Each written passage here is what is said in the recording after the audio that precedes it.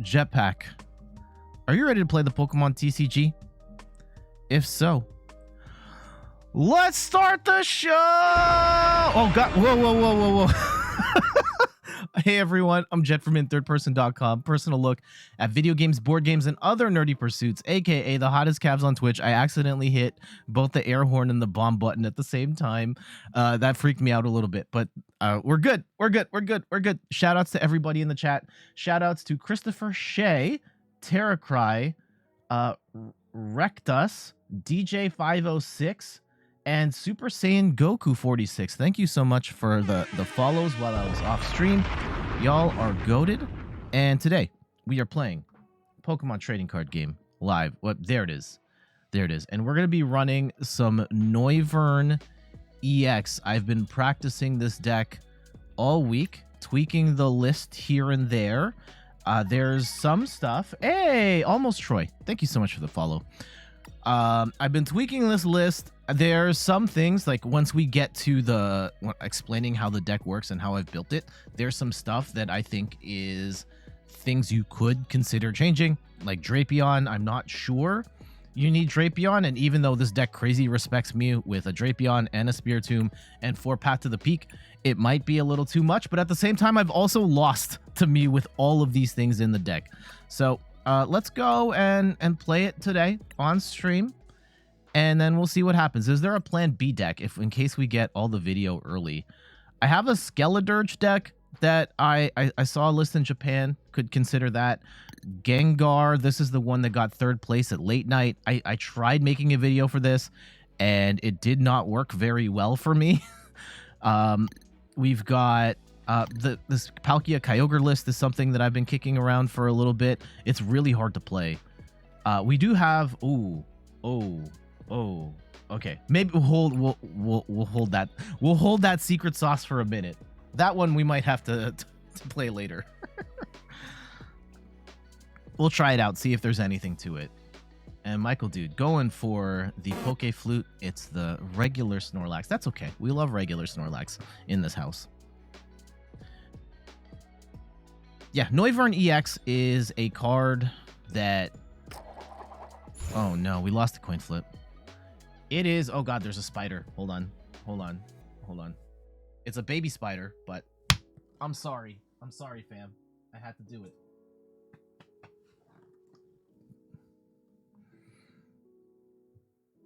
Okay, we lost the coin flip, but they want us to go first. I definitely... Oh no. Okay, so our starting hand is horrible. We do have Path to the Peak here, though, and maybe it's Lost Box, that's why. Okay. This is not ideal. We do... It's actually a lot better now. But we can start. Now, this is a weird matchup for this deck. Depending on which version of Lost Box that you have, you can kind of cheese your way through. Path to the Peak can help a little bit in that it slows down the Greninja. If it's the build with the Raikou and the Dragonite, you can stop it from attacking. You can't stop Sableye though. That's a problem. That's a big problem. The Sableye can eventually chip away at your Noivern. Now we're gonna need a whole bunch of stuff here to make this work. Oh, metal.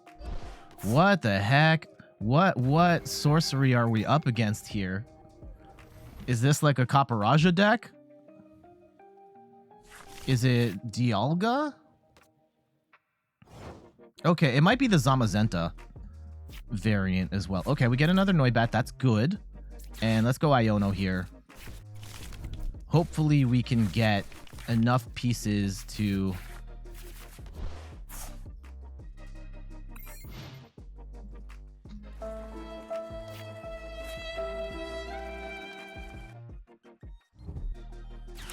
And they're going to vacuum away Path to the Peak. That's unfortunate. Okay, so we need a Psychic Energy. We need an out to Noivern EX. And I think that at that point, we just Covert Flight over and over again. I think it's the Zamazenta build. which makes me believe that they only have basic Pokemon in here, which we could potentially just win by using Covert Flight over and over again. Potentially. I have... Okay, here comes the Sableye. How far are they into the Lost Zone? There's no way they're at just 1. They have 6 already. Ugh. Yeah, they're going to blast it with the Cramorant. Okay. All right, this is a make or break time for us right now. We have to get the pieces we need or we lose. Okay, there's Boss. We're going to have to get rid of that. And we get the Psychic Energy. We get the Noivern. That's good. Now, Spiritomb, we're not going to bench. Maybe we bench the Noibat? We might need the Noibat. Is it over benching, though? If we Dominating Echo... we probably should play Manaphy. We don't have Manaphy. Okay. I will just leave it. Oh, no. Okay. I'm going to bench the Noibat just in case. And we are going to... I'm going to say we Dominating Echo here. And let's take the prize.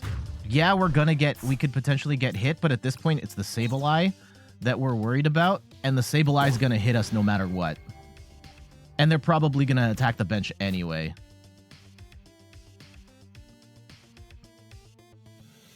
This is not ideal in the slightest. This is one of the tougher matchups. It's winnable, but you need the right pieces. Uh-oh. Here we go. Now we're in trouble. Okay.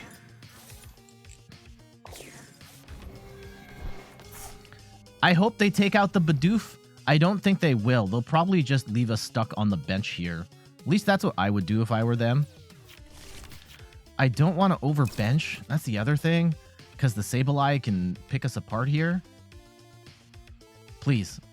Stop right there. Stop right there. Why is it taking so long? Whoa, the tabs have disappeared. Okay, and they hit a Colress. Oh my goodness. Our opponent basically has the perfect setup here. Oh no. And they're gonna get... if they get the Greninja playoff right now, which they're very much setting up for, we could be in for a World of... Yeah, we're in for a World of Hurt. We didn't have Manaphy.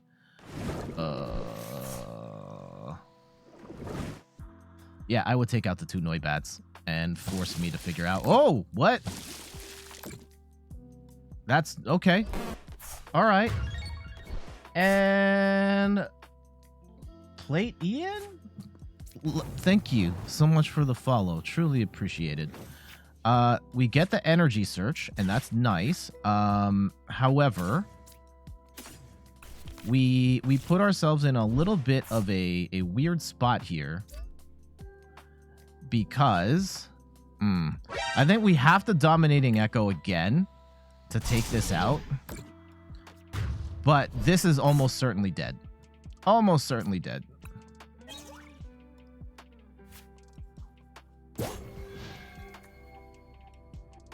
How's your day? Also, this deck seems fun. First of all, welcome to the stream. Thank you for coming by.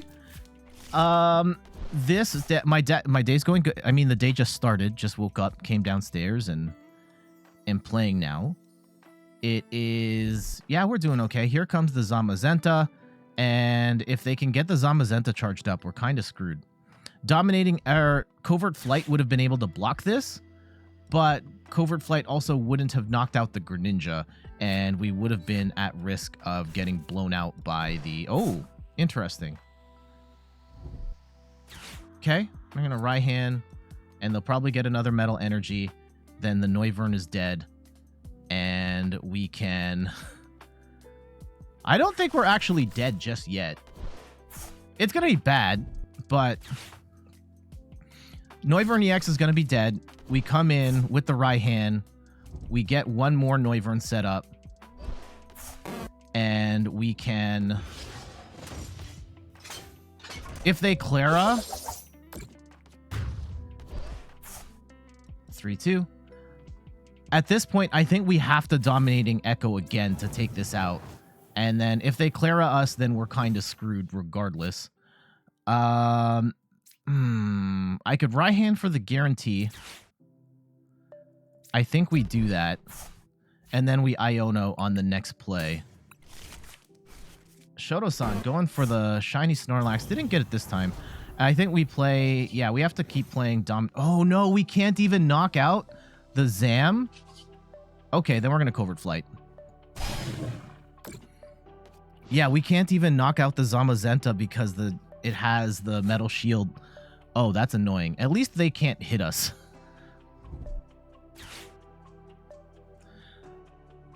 You just downloaded the game? I mean, that's a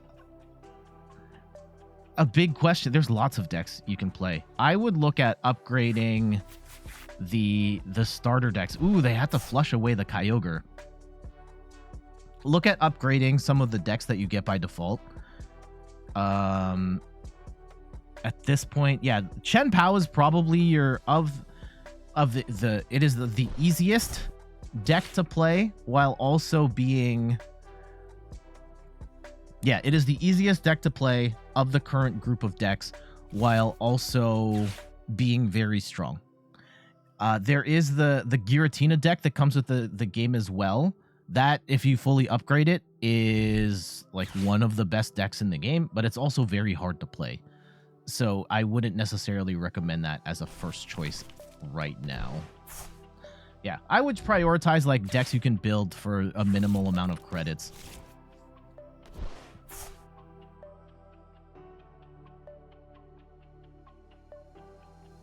Elegant Lost Box is extremely adaptable, but also difficult. Yeah. Rokon Shimu, welcome. Okay, this is annoying, actually. They're gonna get... Yeah, they're gonna soften up. If I don't...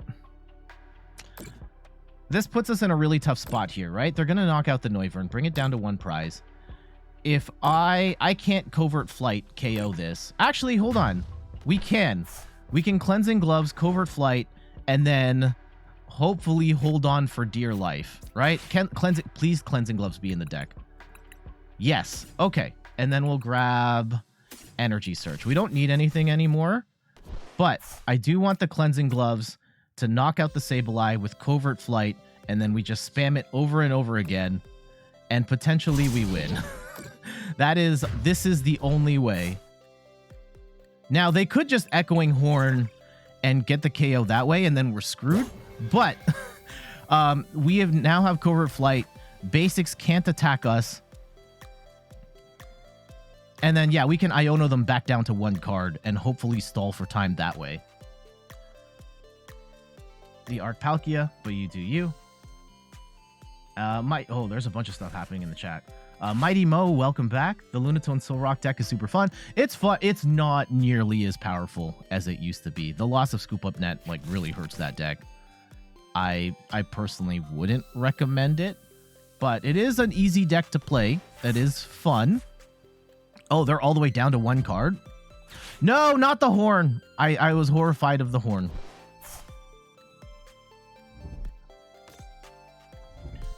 And they're going to Clara here. They're probably going to get the win. Ugh. Okay. Yeah, if they have a switch card, yep. There's the rope. GG's. I think we can beat this version of Lost Box. It's annoying. The biggest thing was... I should have known that the Zamazenta, like, I saw the Metal Energy, it was going to be the Zamazenta. I still decided to take the 1-hit KO on the Greninja when I could have played Covert Flight instead and prevented getting hit by this thing in the first place. And had we done that, I think we would have had a better shot of winning the game. But instead, I chose what ended up being the wrong option, and we lost. GG's. That's one of the really annoying things about this deck is that, like, if you imagine, right, you're on a boat and the boat is leaking. There's like a hole here and a hole here. Noivern can block some stuff, right? You can stop basics from attacking, or you can stop them from attaching special energy to their hand and keeping a stadium in play, locking that in. And it feels like if you can't cover all of the holes in the boat, the ship will sink, right? And it feels like, relative to other decks in the meta, that you kind of end up more often than not having enough limbs to cover all of the holes on the boat in order to win. Can it win? Absolutely. But it is hard to put yourself in that sort of position to cover all the holes so that your opponent can't weasel their way out of the trap. Love Noivern in the Regidrago deck. Oh, it's awesome in the Regidrago deck. Antihero Chris, welcome back. How am I? I'm doing okay. Are we winning? Technically, no. We are 0-1 so far. Yeah, Noivern in the Regidrago deck is amazing, and that's because Noivern is like a secondary thing. When you need it, it's great, but you can just still do a billion damage, or you have access to all of these other tools when you get the dragon cards in the discard pile. That's a whole other challenge in and of itself. But Noivern by itself is very hard.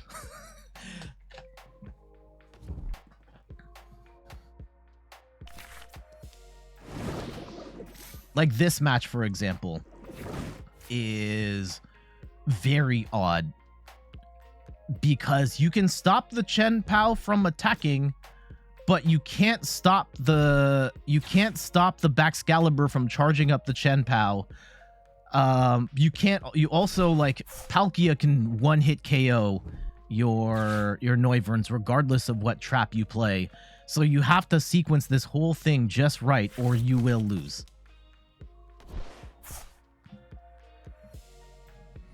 You also can't play a full bench against Chen PAL because Palkia can come in fairly easily and just one-shot the Noivern. Assuming they play a version that has the Palkia. Otherwise, we're just going to try and spam... We're going to try and spam the Covert Flight over and over again for the win. And hopefully they don't get enough energy onto Chen PAL through Baxcalibur to knock us out. You play Palkia, Chen PAL. I play Palkia on my Chen PAL deck as well. I have not been a fan of Palkia or Chen PAL straight up. Okay, let me get the Noivern. I'm actually going to put the energy on the other Noibat on the bench. And let's go with I'm Horf, Manaphy, and they left one spot on the bench open. What for? I think we put down the Bidoof. Right? And then we path to the peak. And I'm actually going to hold my hand here. Because then we can draw a bunch of cards with Bibarel and then Iono and hopefully get the pieces. We've got Path to the Peak down. Potentially they can't, like, theoretically, ooh, getting rid of an Irida makes me think they've got something here. Let's see what they grab. You get the Baxcalibur. They must have the pieces to get Baxcalibur rolling here. Yeah.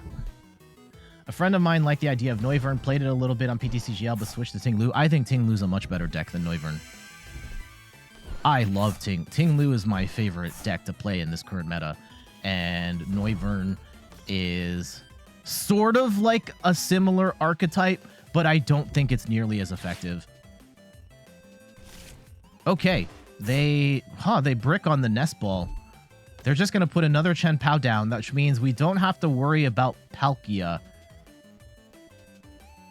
Okay, they're going to get some energy onto the Chen PAL. It means that we have an opportunity to Covert Flight here. Although they're also putting energy on the Baxcalibur. They are looking to fight with the Baxcalibur. They are preparing for this. And that's annoying.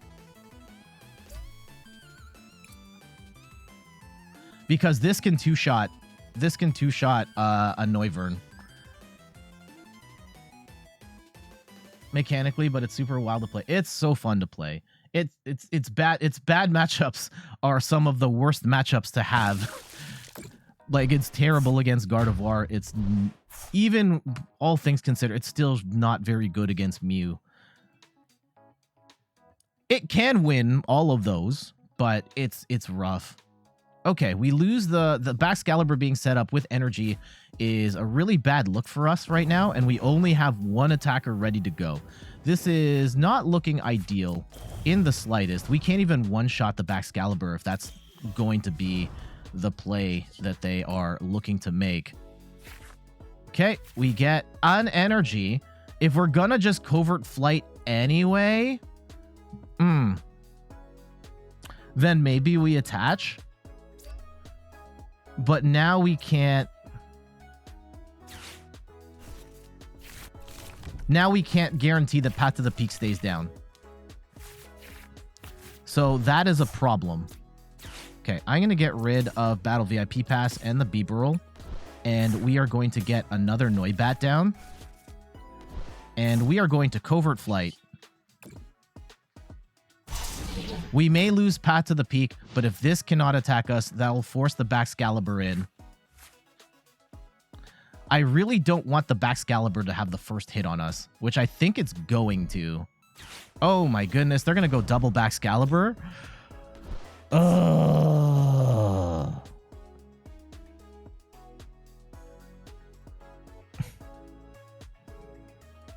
no. With Big Parasol, Tinglu would be much better. Yeah, it's but Big Parasol has rotated out, and I think there's a whole host of balance consideration. Like, does Tinglu 2 OP or just not work? And let's see, Rokon says, do you think Gita meaningfully changes it, or will Glim take the mantle? No pun intended, or ground type hyper control that. Gita in terms of what? Like, generally speaking, or...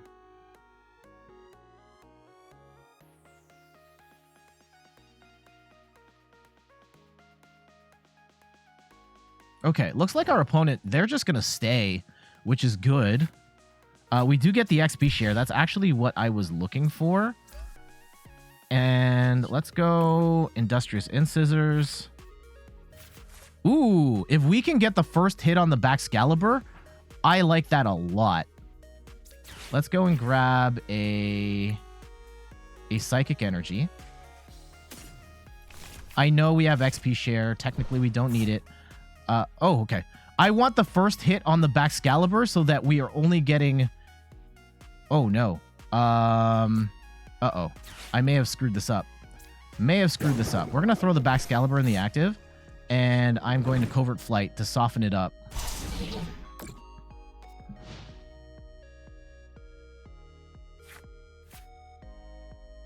Oh, no, we can still Arven for Ultra Ball and then just retreat out. But I don't want this to two-shot me. However,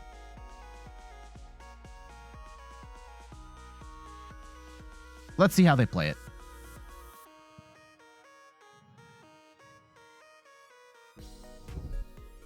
Cross switcher, no! I would drag the Bibarel in if I were them. Yep. And they get a fresh Chien-Pao in. That sucks. That really sucks. They're down to one card, but they can Bibarel up. And do we still have Switch? I think we still have Switch with Arven. I think we're gonna have to play Switch at this point. Ugh, this is a really awkward match here.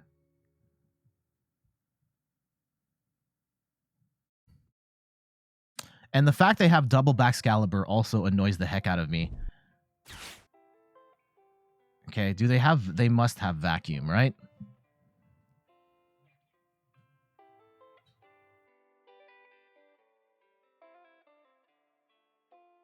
They must have Vacuum.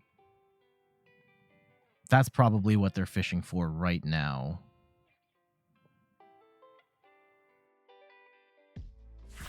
No! They don't, so they're just stuck. Okay. They do get a bunch of energy retrieval. And I think we want a Dominating Echo, because right now they can't.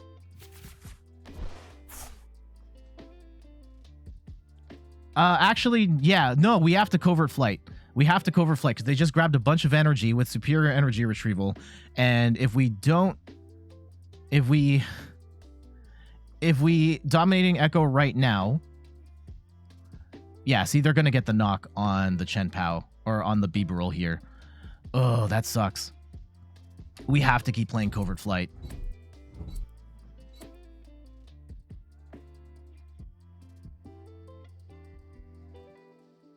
Oh, this is profoundly annoying. Okay. Yeah, this is the annoying part of this deck. Again, like the leaky boat analogy here. Oh, they got rid of the energy on the Baxcalibur. That's kind of good. That's kind of good. They are whittling their cards down. They've only got 17 left in the deck. And there's potentially... Ooh, okay. Raihan's annoying because we can't use Raihan right now. We can grab a Ultra Ball. And we can get ourselves... Let's get rid of the Drapion and the Battle VIP Pass. And we will grab ourselves a Noivern EX. And we'll throw some Psychic Energy on there. We will... Actually, we can just stick with this one. No, let's retreat. I want this one in here to give us the option to Dominating Echo, but we're going to Covert Flight instead. Yeah, you got to attack with the Baxcalibur. Have to attack with the Baxcalibur.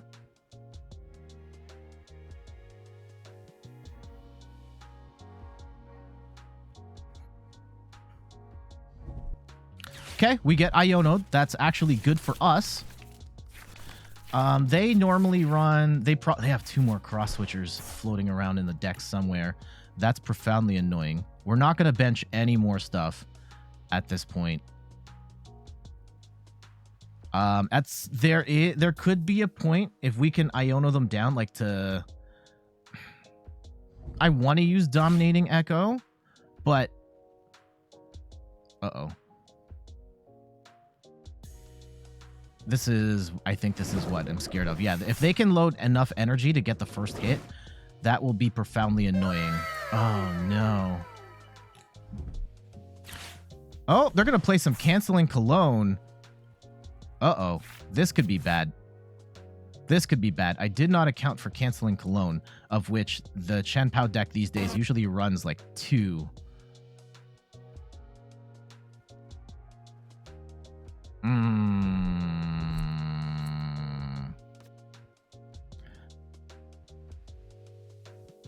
They're just going to bust their tail for 130. Okay.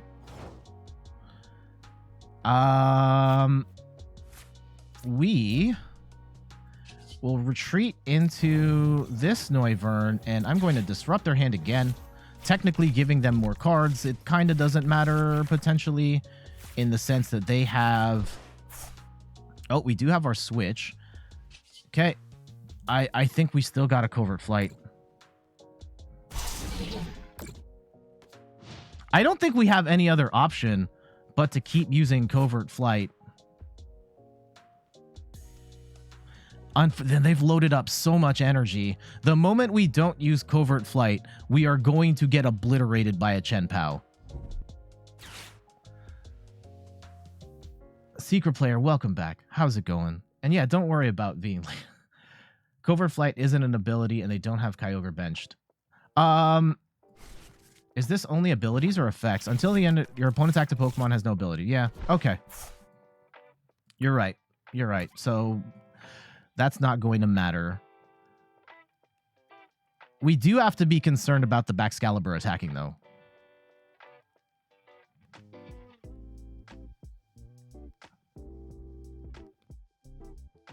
At this point, I think I want to drag this Baxcalibur out with Boss. Oh my goodness. They're going to load up so much energy. At this point, we are very much nearing a checkmate situation. They load the energy onto the Baxcalibur. It's only going to take 2 more hits. Like, we only can take 2 more hits before we lose.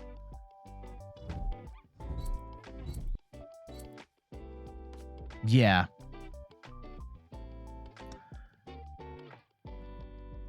At this point, we very well could be in checkmate.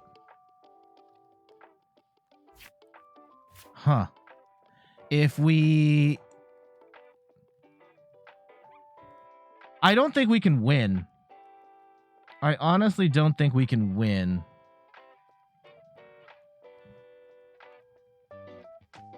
Like, we can continue to play this out. They're going to hit us. They can hit us with the Baxcaliburs for 2 hits. We can Chen Pao. I think we just scoop. I think we just scoop. That's annoying. Can't with that attitude. No. Unfortunately, like, this theoretically is a good match for us, but them getting the multiple Baxcalibur setup was a problem because they can 2-shot our Noivern. We can't 1-shot their Baxcalibur in exchange. It's going to take 3 hits for us to take a single prize. And Path to the Peak didn't end up even mattering because they were still able to get enough energy on the board, set themselves up where if they could just keep attacking with the Baxcaliburs, and yeah, we could have 2-shot the Baxcalibur by using Dominating Echo, but then the Chen Pao could come in. Now that can attack. They've got all the energy on the board, and they could just 1-shot the Noivern, and then we are screwed. It's an interesting match dynamic, and I do think that Noivern can win this match, but it is tough. And I've been using the analogy of like the leaky boat and using your hands and your feet to cover it. We were not able to cover all of the holes in this particular match. GG's. If they don't know how to play it. I mean, you can't rely on your opponent not knowing how to play it all the time. Is there a plus HP or damage tool Noivern can use? Yeah. There is the Defiance Band for plus 30 if you are behind on prizes, and that's potentially something we could look into here.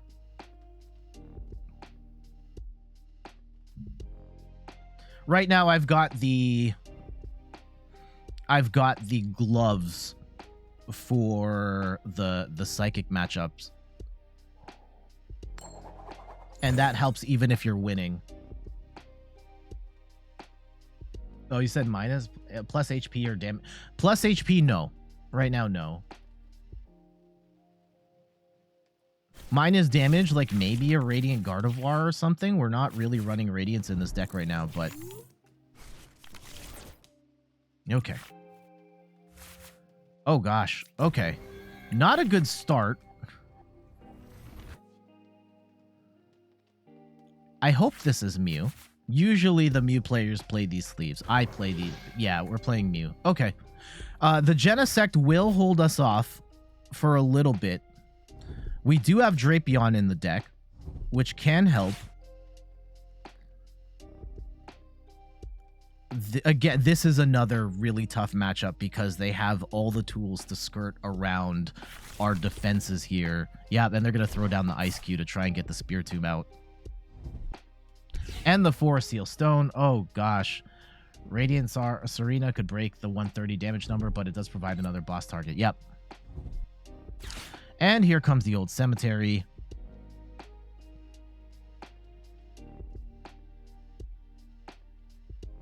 Okay, let's see how they play it. Do they get like Alessa here? Our hand is not particularly good.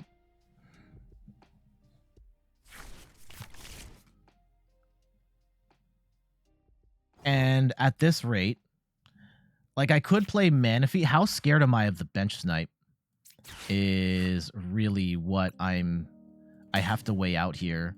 If we're scared of the Ice Cube, we got to play the Manaphy. And I think right now we have to play the Manaphy. That really sucks, but we are where we are. We're going to take some damage from the old cemetery. That really sucks. And I'm going to stall for time. We're going to drag the Genesect up. And we're going to wait.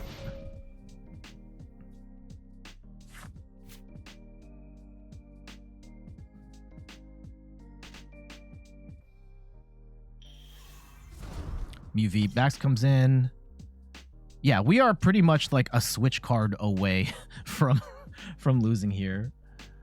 The early Ice Cube reveal may be a misplay. Maybe. Oh, and they're going to boss up probably the... Oh, interesting. They are also stalling for time here. All right. I don't hate that for either of us. We get our... Let's get our Psychic Energy, and we're going to take another hit. That unfortunately brings us down to 220 HP. It's going to be not that hard for Mew to one-shot us. Old Cemetery is not a particularly popular tech in Mew VMAX these days, but geez, it's working really well right now. They are one power tab away from... Uh-oh. Oh, they attach it to the Ice Cube. I wouldn't have done that. I would have attached it to the Genesect so you can keep drawing. What? Chili Silent Crest. Okay. This is maybe not the most optimal list. Chili Silent and Crest is not a card we see all that often in Mew, but okay. Let's go and Judge. And we don't get...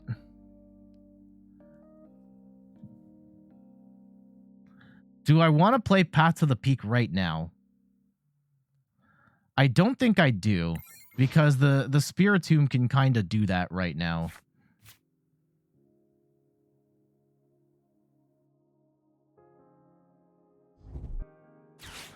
Arven. I would assume they're going to get Switch, and we are going to get blasted here.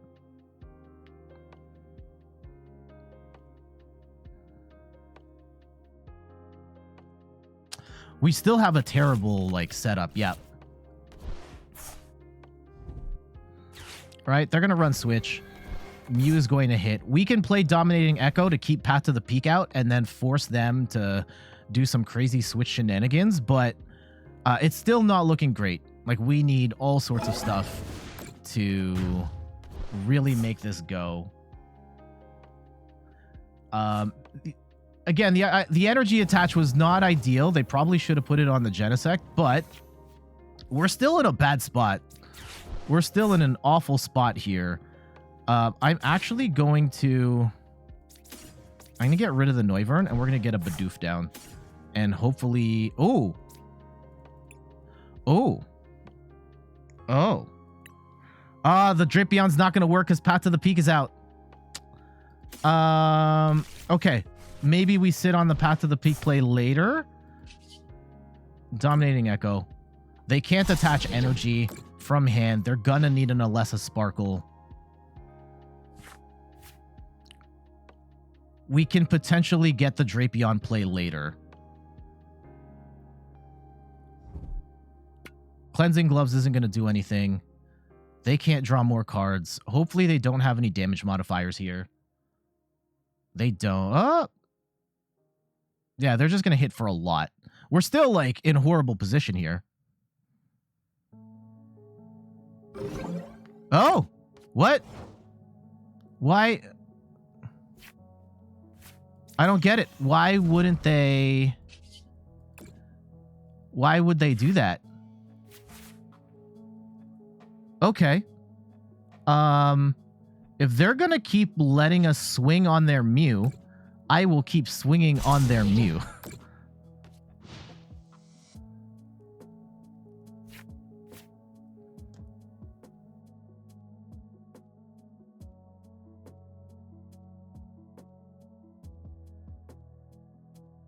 And we're going to keep playing Dominating Echo and try and stay on top. I would imagine they're going to blast now, right? They got it. What? Okay. Yeah, Psychic Leap. Sure. Sure. But okay, we get the ball. Let's get the Noibat down, and we will start to charge up a... Let's grab the Psychic Energy here. I don't agree with our opponent's choices here. Do we boss up the Ice Cube? Or do we boss up the Genesect? I'm going to boss up a Genesect here. And, oh, we could boss up, yeah.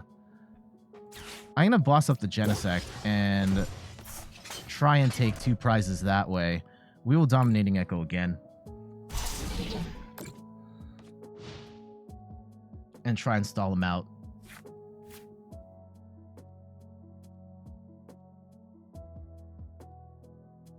You attach, you need to shop for 4. Yeah, 4 Seal Stones got crazy expensive.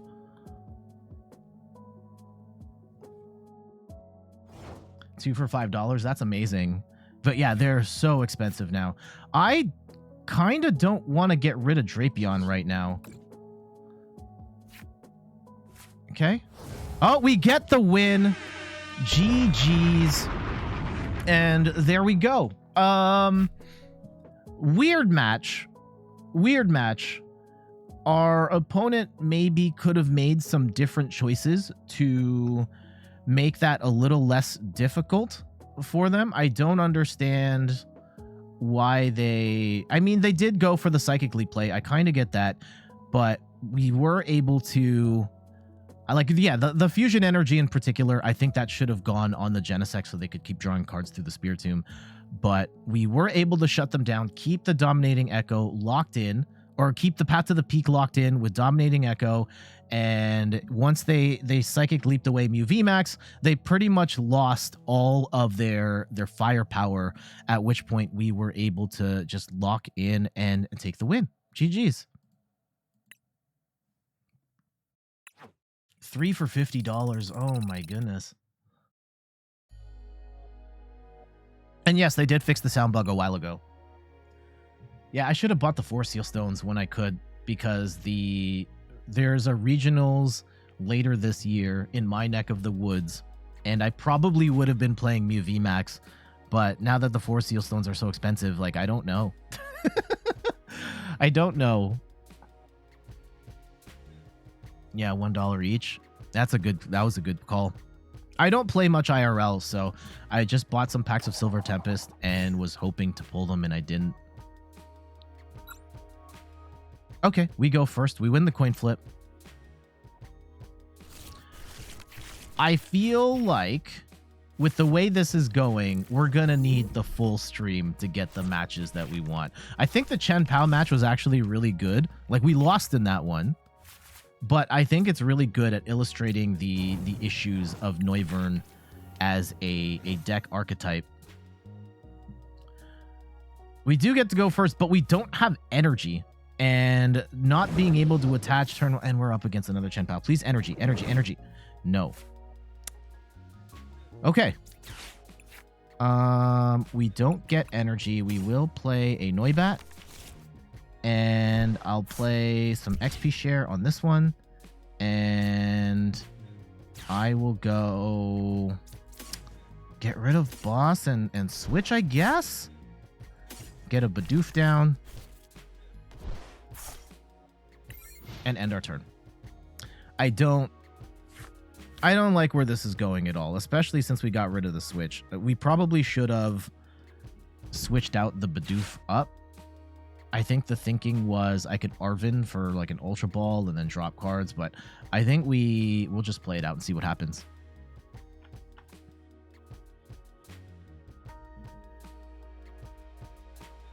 Yeah, left to my own devices, I probably would play Mew in tournament, though Mew is probably... It's going to be worse and worse. Like, Mew is still winning and doing very well in tournaments. It just won the Asia Open. However, there's just like more and more counters, and everybody knows how to fight against Mew.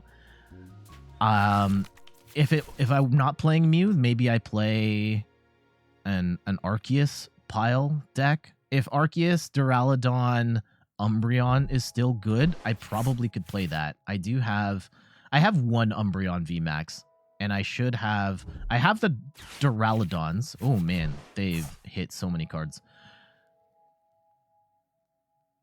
Okay. They have no energy attached. I think we get the let's go with the Noivern EX on the active, and let's go an Iono away.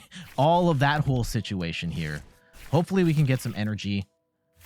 Whoa, whoa, whoa, whoa. We get energy.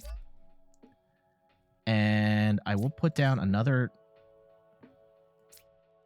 I will have to get rid of one set here in order to draw some cards. Let's get the Bibarel up.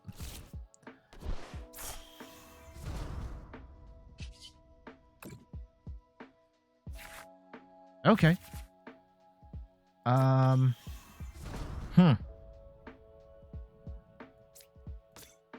could put the Skwovet up. I think we put the Skwovet up. And I assume that the Skwovet is dead. That is the play. We will assume the Skwovet is dead. We can covert flight on the next turn. And hopefully stall them out that way. Although Dominating Echo, if you can... Oh, here comes the Palkia. The Palkia makes this really annoying. Profoundly annoying. Because certain times you're gonna... Yeah, you're gonna want to Dominating Echo the Palkia.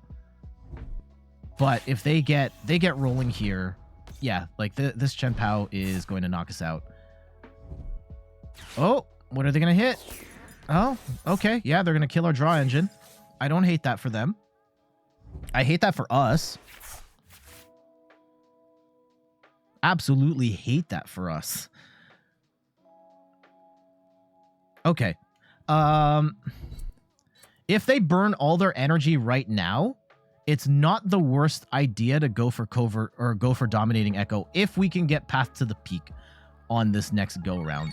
So we're not going to attach this energy just yet. Otherwise, we covert flight and force them to bring the Palkia in. And thank you for the follow.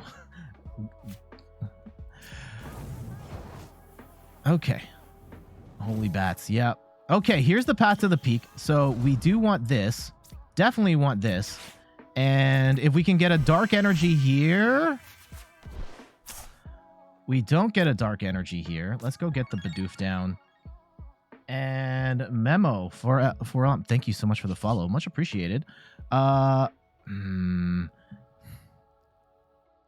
think we have to covert flight here. I could gamble. And say no. I could gamble and say no. You're not gonna have all the outs to get stuff rolling, but I'm not so sure.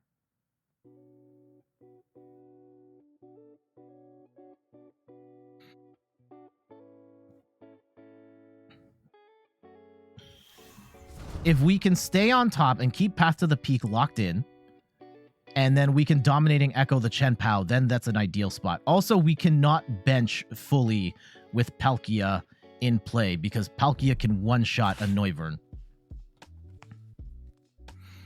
They're probably going to grab a Vacuum here if they've got Vacuum handy.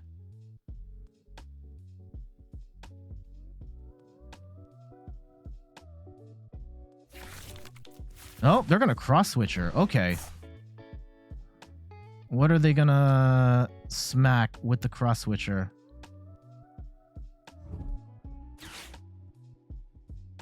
This deck is so annoying. It's really fun to see. Oh, it's a very annoying deck, but like, it's hard to win. It's so hard to win with this.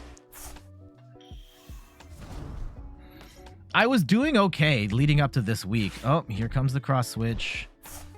Okay, and they're going to take out the Bidoof. But they still need... They need 2 energy, and they've only got 1 card. Oh, they can use Industrious Incisors to do some stuff. This is actually not the worst fate. Okay, now it's kind of bad. Now it's kind of bad. They're going to get all their energy back. And they can attach 4. That sucks. Now, I would rather them do that to the Bidoof. Well, I would have actually preferred if they had done it on the... Okay. What we really need here... What we really need is a Dark Energy, so we can Dominating Echo this. Otherwise, we're in a really bad spot. Okay, let's see what we can do. I really want to hit this with Dominating Echo. Okay, we get Judge. We have Raihan. Oh, we can Psychic Energy. Oh, yeah. Actually, let's do this. We go and we attach with Noivern, and then we grab a Dark Energy from the deck, and we can Dominating Echo, keep Path to the Peak stuck. I am looking to 2-hit KO.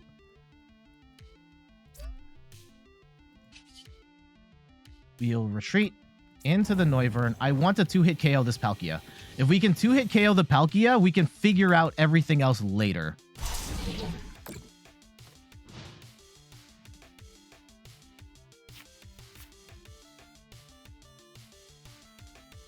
Also, I should have attached the energy to this Noivern instead. Is what it is.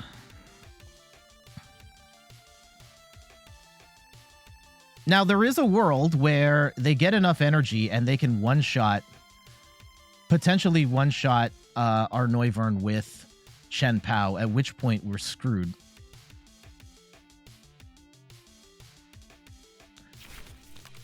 Okay, they have a Switch.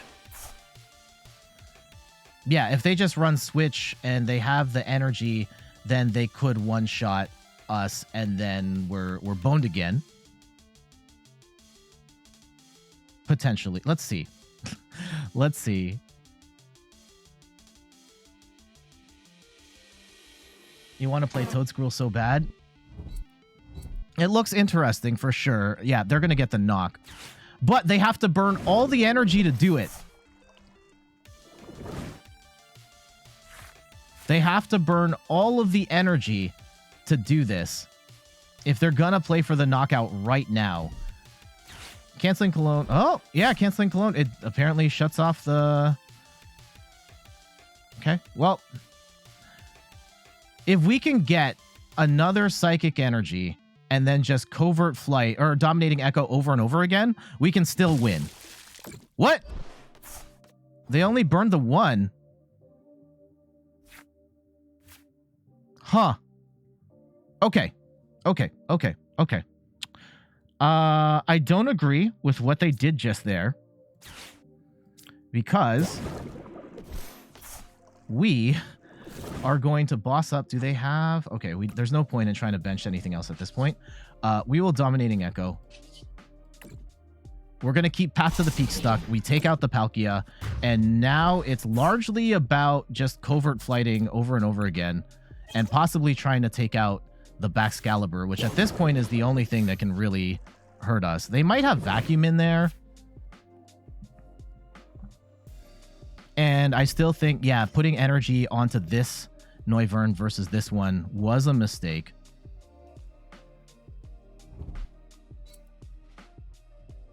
Okay, they're going to do 120, potentially. Oh, they could actually do more.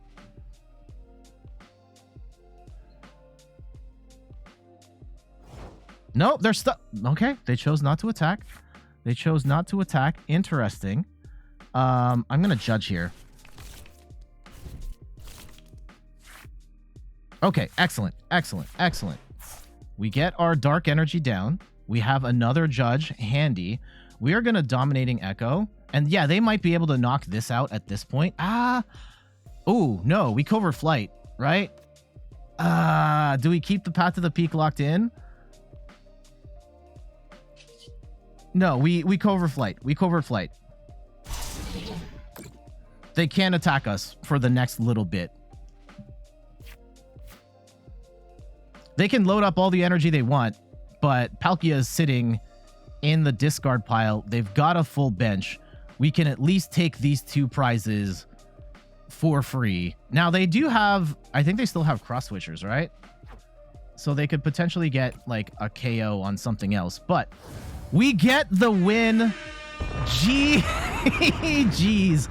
Lock it in. Oh, my goodness. That is a much better take than the one that we lost.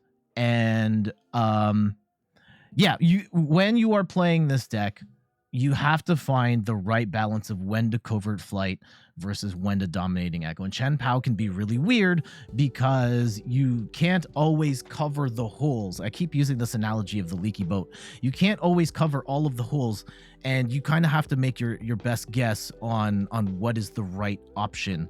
And I think one of the big things about fighting against Chen Pao with Noivern is that most Chen Pao decks are running Palkia these days. You really want to two-shot the Palkia to get that out of there. Dominating Echo, get Path to the Peak down, knock out the Palkia, and then at that point, Dominating Echo will hurt the Chen Pao in that you can't it can't grab more energy, and you're going to force the Baxcalibur to try and load it through other means. Or you could play Covert Flight and just stop it from attacking straight up.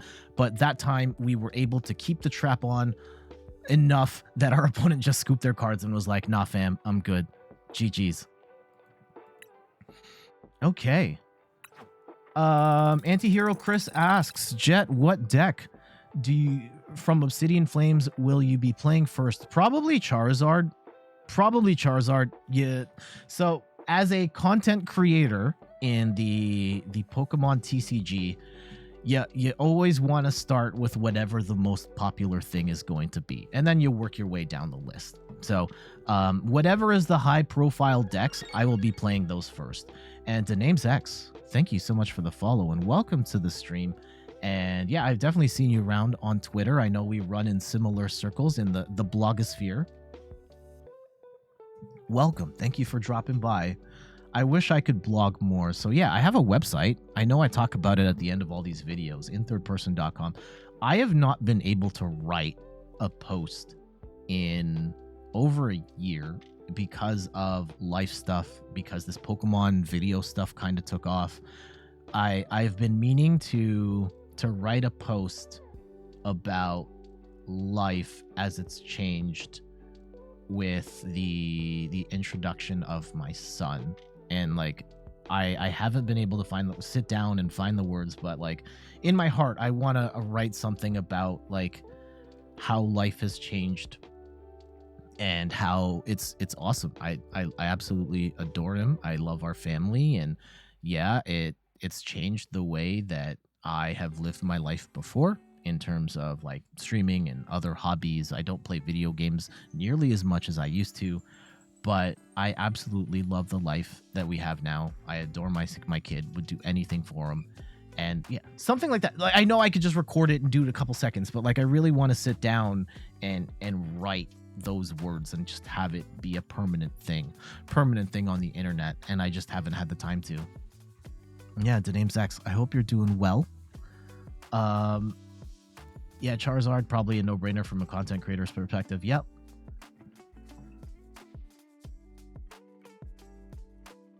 All right. I did have one thing that I wanted to talk about for the purposes of the YouTube channel.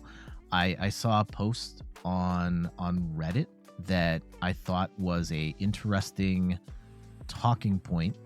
And I think there are a number of players who are, particularly those new to the game, that would have such questions. And I had these questions when I first started playing it and I made choices that ultimately I don't regret, but it could be to your detriment if you make that choice at this particular moment in time. Excuse me. All right. Let's have a conversation here. Oh, I have to turn the channel points off. So gonna turn the channel points off for a little bit. I'm going to be a little slow to respond to the chat while I do this thing. So grab a bag of popcorn, enjoy. Oh, side note, completely unrelated. My wife and I watched the Barbie movie yesterday. It's phenomenal. I absolutely loved it. I have no past history with playing with Barbies or anything like that, and I think it is a phenomenal movie. It's hilarious, and it has a really wonderful message about what it is to be human in the society that we are in. And it's not just for women or girls. I think there's very important messages for boys and men to take away from that movie, because it is it really is about a movie about the human condition. And the movie is like, it goes way harder than it needs to. And it's absolutely amazing. You will laugh, you will cry. It's amazing.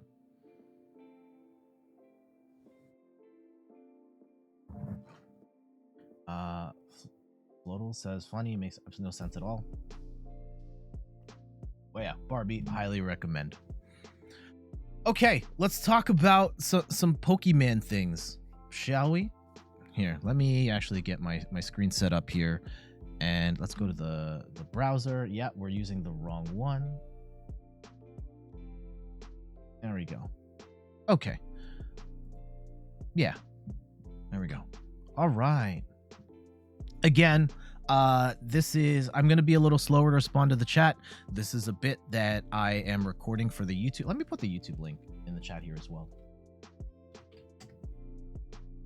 So yeah, this will appear in the YouTube channel later this week. I'll respond to the chat messages after this. Grab some popcorn. Enjoy this one-way discussion. I will chat at you.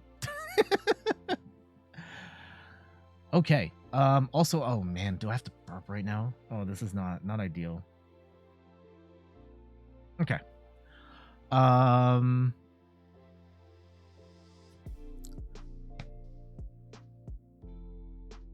I see this question a lot in the Pokemon trading card game, and this is something that I experienced as well when I started playing the game a couple of years ago, and it's a question about rotation. Shoutouts to Zillarain on PTCGL, Reddit PTCGL, with this question. I know it's an ignorant question, but how often do cards get rotated out? Is it only once per year, or is it when they release new sets? I've got some cards I want to trade credits, but I'm worried if I buy them and they get rotated out, then I'll have wasted my credits. I saw on Bulbapedia that rotation usually happens after the World Championships, but does anyone know the actual date yet? Any insight would be greatly appreciated. I wanted to save my credits for the new sets coming out, but there are some cards I want to mess around with now. Now, just for those who don't know, rotation is a process that happens once a year. In the standard format of the Pokemon trading card game, we only use like a certain set of cards. And at this point in time, we are using cards E, F, and G. I know that you're not going to be able to see the marking here. I've got an Oricorio here. And the bottom left-hand corner of the card, there is a letter. It's the tournament marking. And right now, we are in a format where we use E, F, and G cards.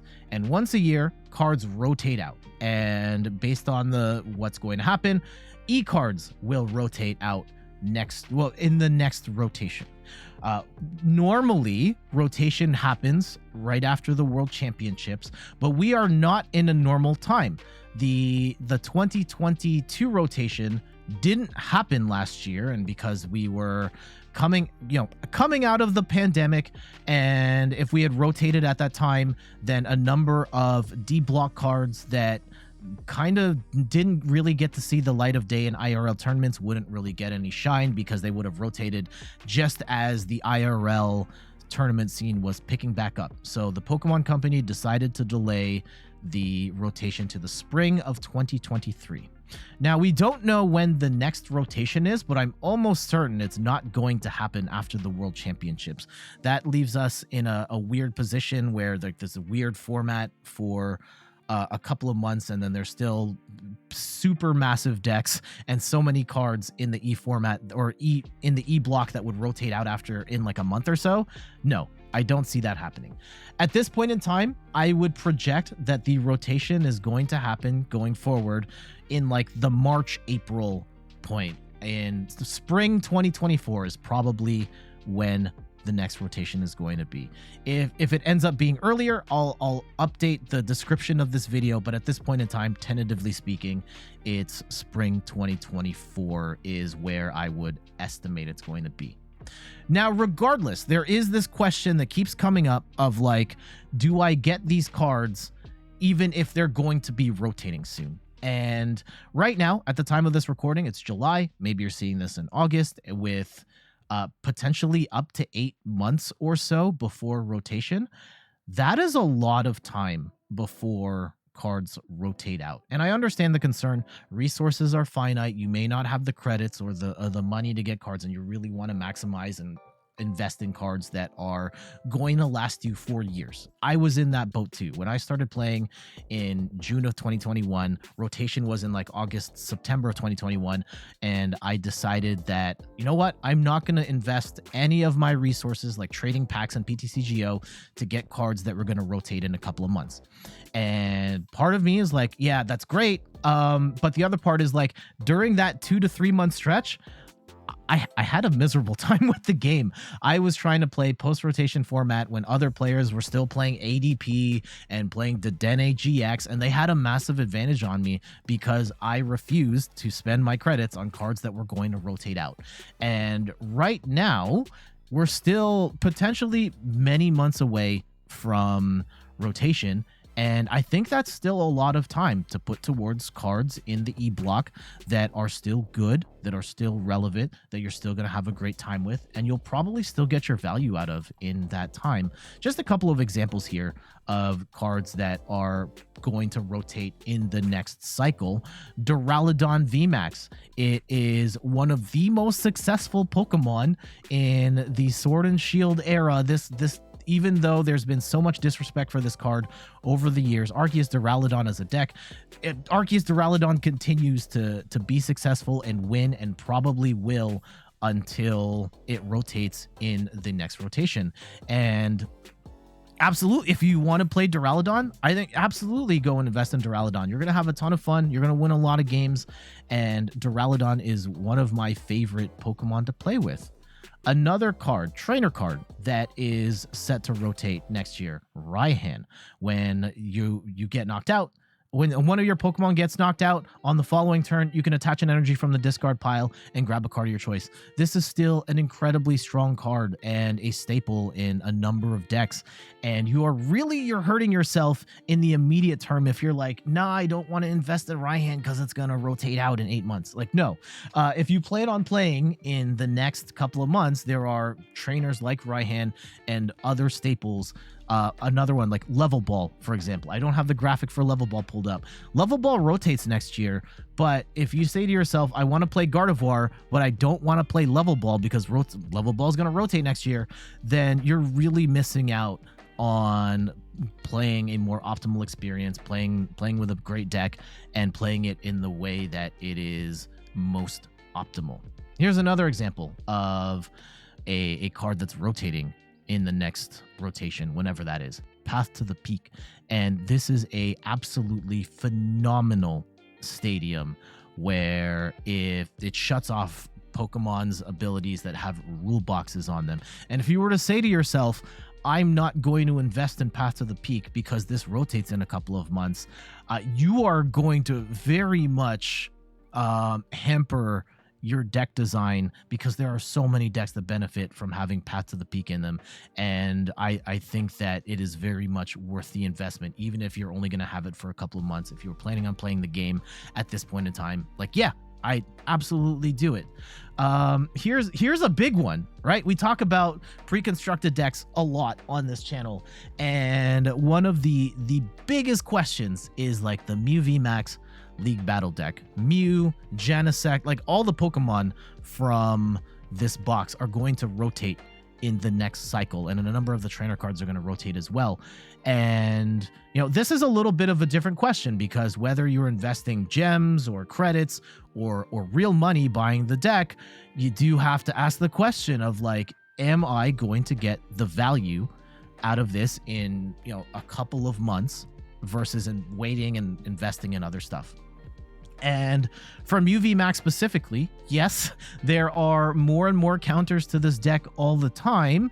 We've seen stuff like Path to the Peak and Mighty Anna and Drapion and Spiritomb. And regardless, Mew VMAX continues to win. Just yesterday, at the time of this recording, the Pokemon Asia Open just went down, and Mew VMAX, surprise, wins yet again. Mew VMAX continues to win tournaments and probably will continue to win tournaments until it rotates in the next rotation. And if your choice is, I can start with this League Battle deck that's going to rotate in a couple of months, or I can take the Palkia deck, which isn't going to rotate for, most of it's not going to rotate for a couple of years. Yeah, there might be some that say like, I want the Palkia one because it's going to last longer. It works well with Chien-Pao. There could be other water cards in the future that make it strong. But as of right now, if you ask me which one of these two to get, I'm taking Mew VMAX all day. This is one of the strongest decks ever made, and you're probably going to win a lot more, have a lot more fun with the game. And yeah, it's going to rotate in at this point in time a couple of months, but you are going to get a lot of play out of this. You're going to be a lot more successful. You are probably going to have more fun and enjoy your time with the game more than trying to make a weaker League Battle deck that's going to rotate out later work. So yeah, those are just some thoughts about rotation. Again, we don't know when rotation is happening. If it ends up that the rotation's actually going to happen after World Championships, I'll probably just pull the video. But at this point in time, it looks like it's going to happen at some point in spring next year. And with that in mind, that is still a lot of time to invest in cards that are going to rotate next year. And I think it's going to depend on how much money you have or what resources you have. But I would not blanket statement just not get any of these cards because they are going to rotate out in 6 to 8 to 10 months. That is still so much time to have an amazing time with these cards and play the current meta and not put yourself at a major disadvantage because you're trying to save up for what happens later. So I would say at this point in time, like, don't worry about rotation just yet. That's something that we'll have more discussions on later. But for the time being, go have fun and get the good cards that are good right now. Anyhow, let me know your thoughts on rotation and should you be scared of rotation. Again, as a new player, when I first started, I pretty much refused to get cards for it was only 3 months, so it's a much shorter period of time. And I had a miserable time trying to not play cards that were meta relevant at the time because I was saving up for later. Afterwards, I was fine, but like, how much more would I have enjoyed the game? How much more successful would I have been had I just like went forward and got the cards? Anyhow, I got to get out of here. Just some food for thought. Before we go, some quick plugs. You can find me on all the things: YouTube, TikTok, Twitter, and Instagram at In Third Person. You can find me on Twitch at In Third Person, where I stream the Pokemon trading card game every Sunday at 10 a.m. Eastern Time. And check out the website, inthirdperson.com, for more articles and videos on video games, board games, and other nerdy pursuits. Twitch fam, if you're watching this live, stick around. We've got some more action coming. But for our YouTube friends, we got to get out of here. Bye-bye.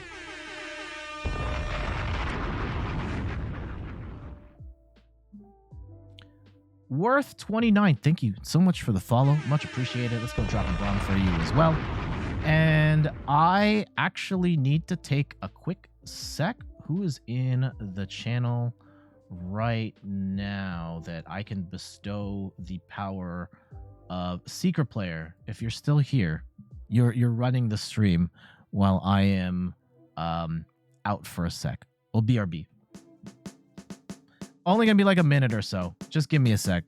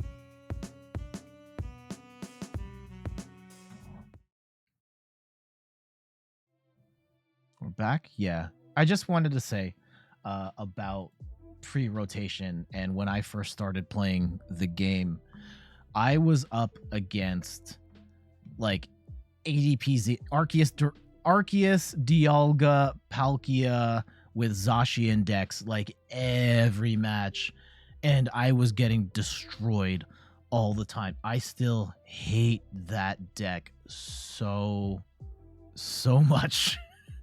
Absolutely cannot stand it. It quite possibly the most toxic deck of all time. And I remember potentially, like, I was considering quitting the game because I just could not stand that matchup. And it was like, okay, the silver lining was that it was rotating, and that's kind of what kept me in. But ADP is the absolute worst. Being able to just do plus 30 damage for the rest of the game on top of being able to take extra prizes as well.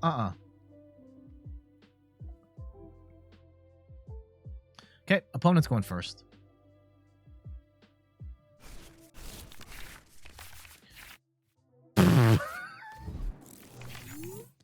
Bruh. What is this starting hand? Oh, we have bricked so hard.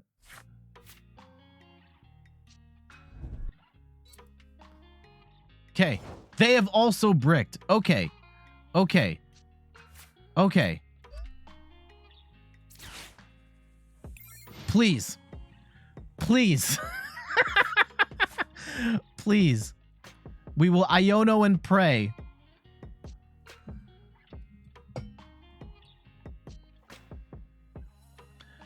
Antihero Chris says, rotation was long time the only bumper to hinder me to get into the Pokemon TCG. As a former Yu-Gi-Oh player, I thought it was a horrible system that your cards have an expiry date.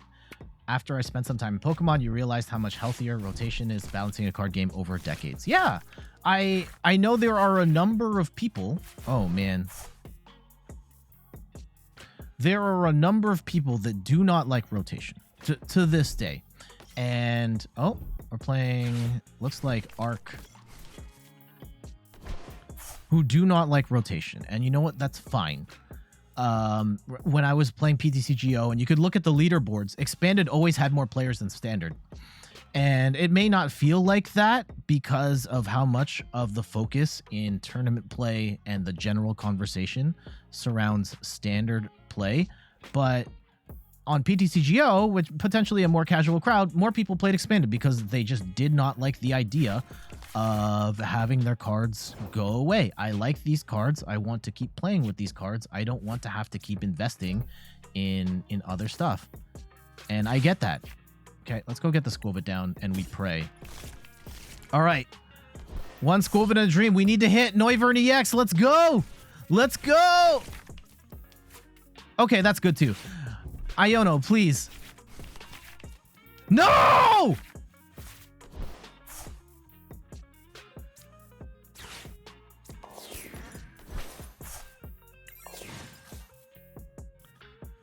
Please.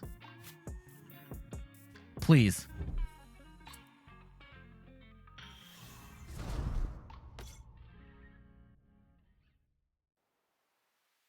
Please. Please. No, no, no, no, no, no, no, no, no, no, no, no, no, no, no, no, no. If we can Dominating Echo, okay.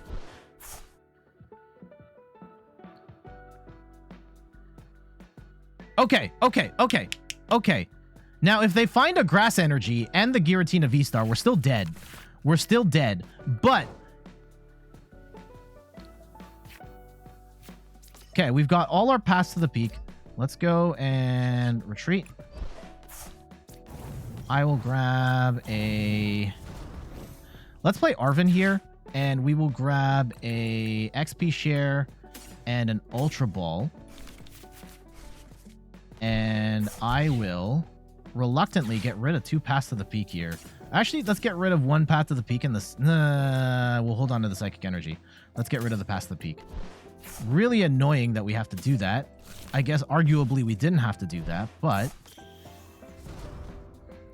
Let's go and Industrious Incisors.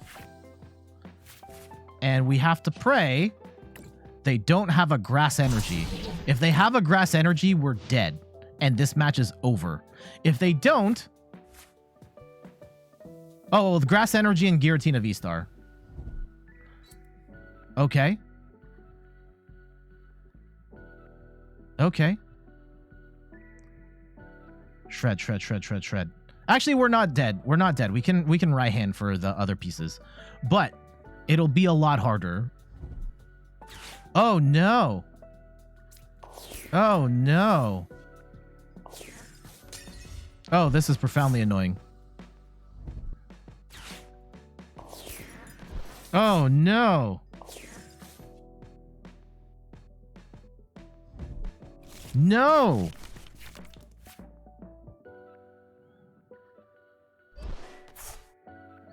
Are they just going to shred? Yeah, they're going to shred with...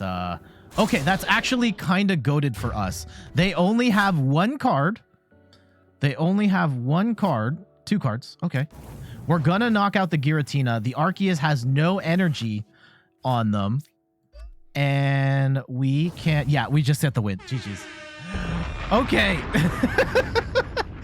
That actually ended up working out amazing for us because at that point, we had the clamp dominating Echo. They weren't going to be able to bump Path to the Peak. I mean, maybe they have Vacuum in there, but we were able to keep Path to the Peak out. They would be going through the super painful process of trying to attach one energy at a time, and we pretty much had them locked down at that point. GG's. Yeah, rotation's not bad. Like, when I first started playing the Pokemon, I didn't understand the difference between expanded and standard. And it didn't matter. Like, I picked either mode and I got destroyed, or like my cards worked in expanded because I was playing with like pre-made decks and it was older. But the idea of getting into expanded back then, especially in the world of PTCGO with trading and whatnot, it was going to be incredibly difficult to get the cards, like the old staples, for playing expanded. I was just like, nah, this is too much. I want to be able to go to the store and buy the packs and then cash in the codes, and I might pull the cards that are meta relevant right now, and that kind of stuck with me. And also just like how I remember playing one of the first games I ever played in expanded was against a donk deck, and it was just like spammed Zigzagoon and Scoop Up Net and all of these other crazy combinations of cards where I didn't get to play the game. It was first turn, and they just used like incremental snipe damage over and over again, and I just lost. I had no idea what the heck happened. And yeah, standard doesn't give you crazy wombo combos like that. Oh no. Okay. This is not ideal for a starting hand, but not entirely the worst either. We do have Path to the Peak, which could potentially slow them down. Oh, it's Lost Box. Don't cards come back after a while? First off, welcome to the stream. Ostriffin? We'll use Oz for now. Some cards come back, but not always. Certain cards that will come back, like Ultra Ball or Nest Ball, some staples will come back, but then there's a time period where they don't come back, or the ability's reimagined in a different way. Lost Box is this is a not necessarily impossible matchup, but it is tough. Yeah, so some cards will come back, but not always, and there are a number of cards that will probably never come back that a lot of people have an attachment to, that they like, I want to play my deck that has, I don't know, Battle Compressor and A-Spec cards and all that stuff, that those cards are just not coming back in the way that they did before. Yeah, Night March, there you go. So yeah, do you want to play United Wings instead? Ugh. Wait, is the button stuck? Stop it. Stop raiding. Stop raiding. Also, our opponent has an amazing... Okay. Our opponent has an amazing setup here. Let's go get the Noibat, and I think we have to get... We have prized the Manaphy. This is awful. Okay. Okay. Let's go and throw down Path to the Peak, and we pray. And we pray. We might get blasted. Oh, well, the Bidoof... We might lose both of our Noibats right now, and then we just lose.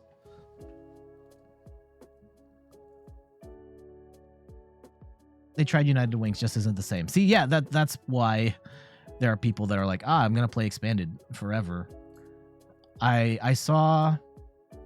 There was one comment I got on the channel a while back of, like, they didn't understand why... They hated the fact that all the newer cards are worse than the older cards. And one of the examples was double Turbo Energy. And they're like, why would I play double Turbo Energy when I can play double Colorless Energy that doesn't have the penalty on it?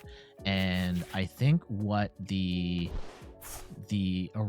poster failed to look at is that, like, here, real talk.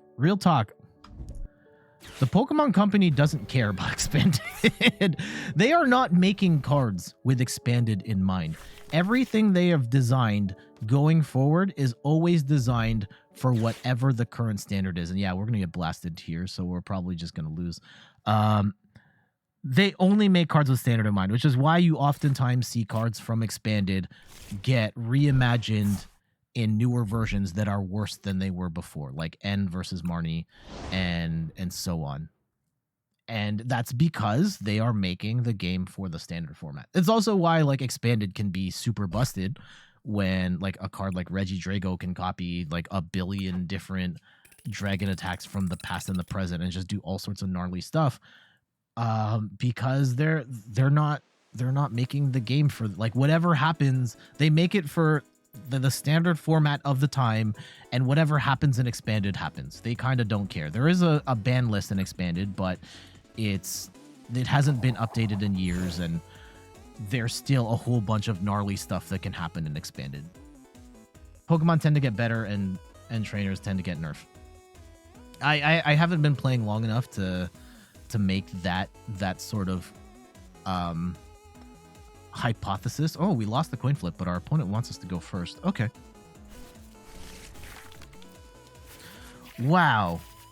How do we continue to get these, like, super terrible hands? One mulligan. They do have vacuum.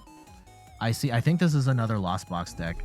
Again, this is a tough matchup for us, but not impossible if we didn't draw horribly on turn 1. Our opponent did. Okay. Humor me.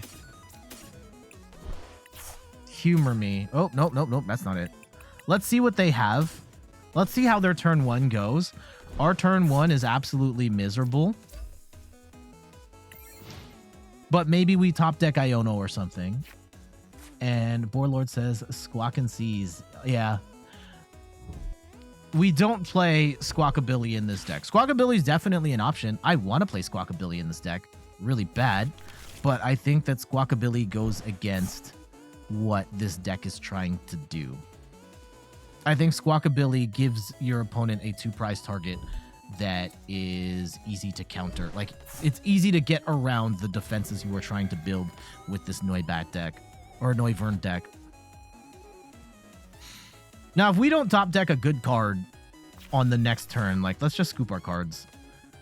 Oh, it's the single prize variant with the Raikou. So they will also have a Dragonite. They'll probably have a Drapion. And in theory, yeah, we could do some stuff against this deck. TSM Maxity, thank you so much for the follow. Much appreciated. They're going to get the Dragonite. Holy cow. They are popping off. Okay, let's see how they play it. They're going to go and grab the Colress, throw some more in the Lost Zone. There is very much a world in which they get this Dragonite set up on the first turn. This is Turbo Lost Box after all, and we could just lose. Well, at this point, our hand is so garbage that, oh yeah, we just lost right there. Thank you, GG's. Awesome. I love playing Pokemon cards. You love Squawkabilly? Yeah, Squawkabilly's awesome. Not a lot we could do there.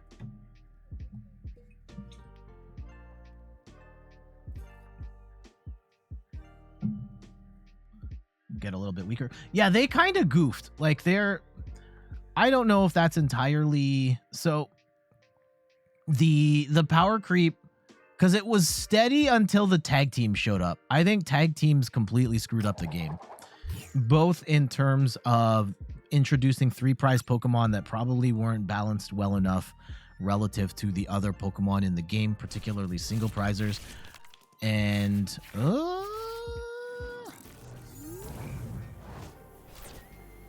another horrible starting hand. Yeah, that completely screwed up the entire game. And then Pokemon V were a response to tag teams where they tried to make... Okay, we have to play the Manaphy.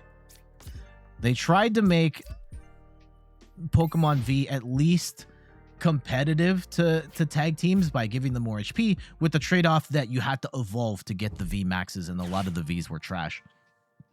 And then the EXs are also, they also can have massive HP, but a lot of the biggest ones are stage 2s, and it's like them trying to de-power creep the game back because of the, you know, the mistakes of Pokemon, the tag teams here. Like, it takes years and years and years to get the game back down to a state where it is a little more manageable. And we're going to get Iono'd here, which actually isn't necessarily the worst, depending on what... If we can pull off Dominating Echo, then we are laughing. Dominating Echo with Path to the Peak out, that is the ideal board state.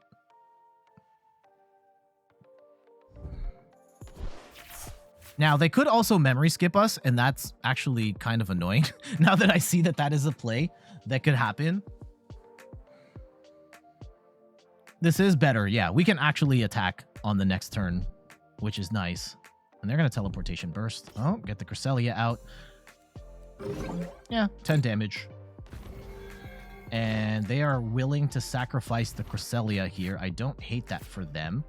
I'm actually going to get rid of both of the dark energies here, and we will go get our Noivern.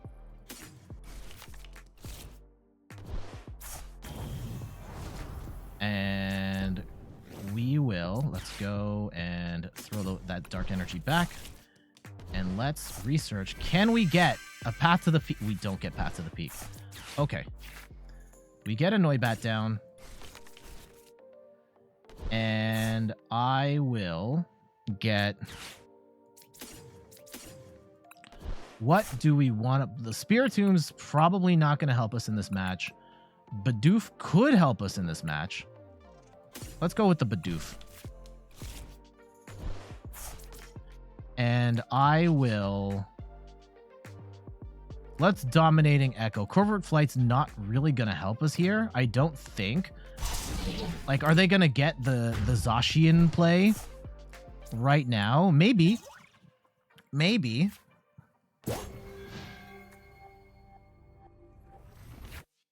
That actually would really suck. Okay, we're not going to have to worry about...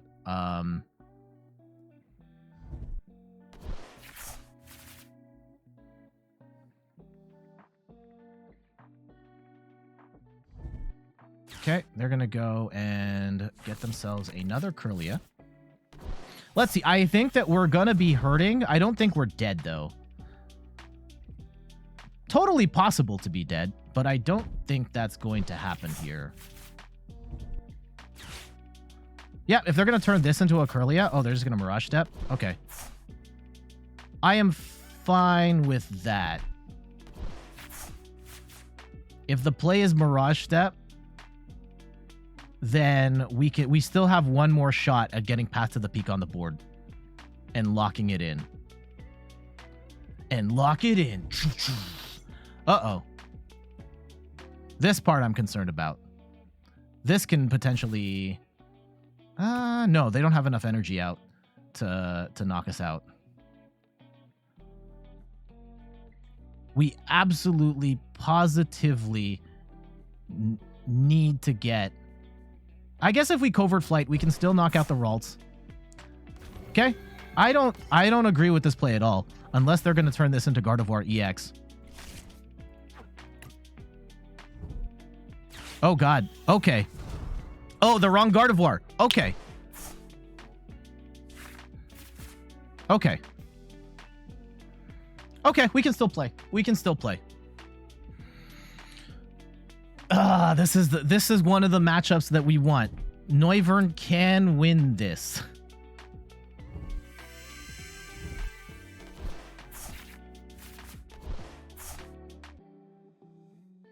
It's hard. It's incredibly difficult, but we can win this.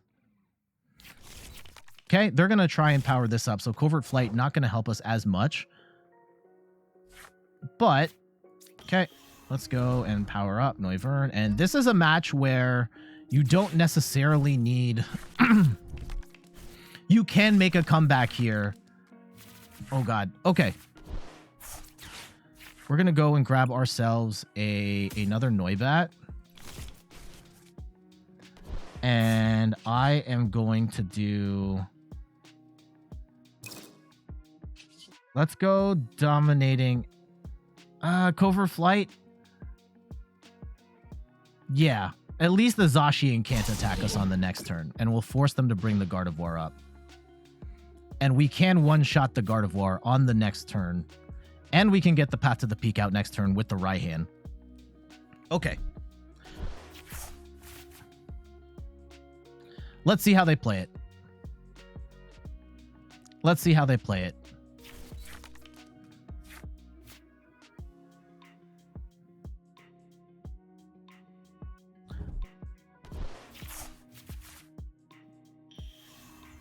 Yep, here comes the Gardevoir. They're going to attach a whole bunch of energy. I would expect they're going to bring Brainwave Gardevoir up and then knock out the Noivern EX, which is kind of what we want them to do.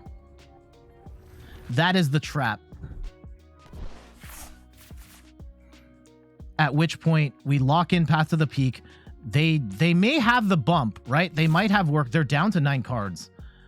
There's a decent chance they're gonna have the trap or like the counter to us. But let's see. Let's see. If they have stadium bumps in there, then we're in trouble. But if they don't, then we pop off.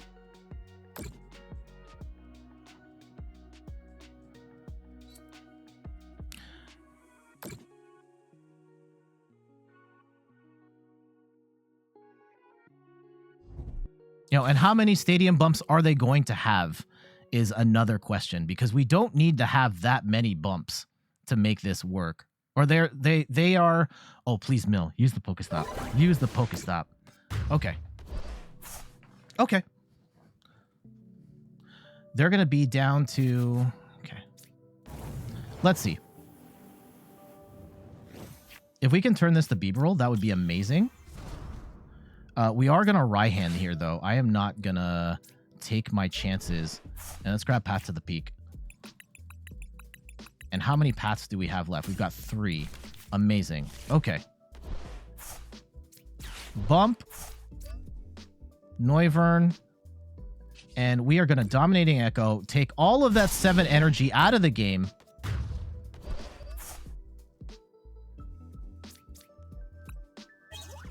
Get that out of here.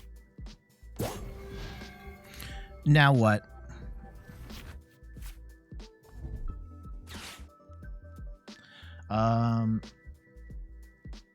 Leaving the 2... Oh, have you tried Wo-Chen with Fortress? I have, actually. That was one of the decks I was planning on covering very early on, and I absolutely hated it. I thought it was terrible. So I ended up pushing it to the back burner. Maybe it's something we cover at some point down the road, but at this point in time, I am in no rush to cover Wo-Chen. We're actually going to hold on to our hand as long as we can, because the Raihan gets us another path to the peak.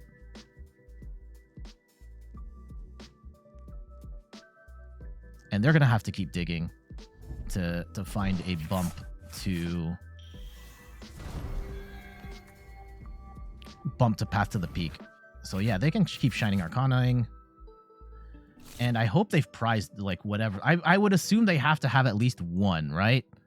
Unless they play only Pokestops and don't play something like a Worker. There's the Worker. Damn. Okay.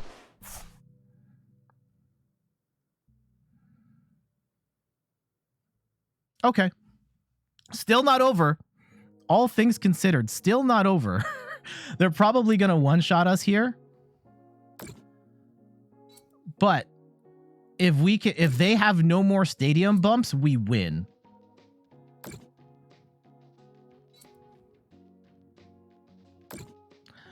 I pray that they have no more stadium bumps.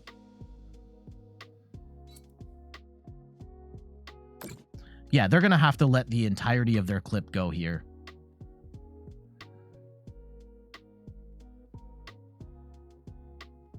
Come on. We can still do it. We can still do it. Not looking good, but we can still do this.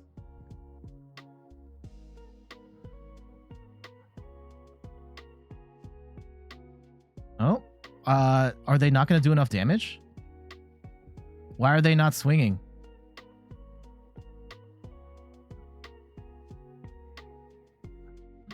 $150, 67, 80, 10, 20, 20, 40. Oh, they're not. They cannot do it. They cannot get the one shot on the Noivern. Okay. Okay. We are, we're playing Pokemon. We're playing, and we top deck the path to the peak. Oh, yes. Yes, yes, yes. Dominating Echo. Lock it in.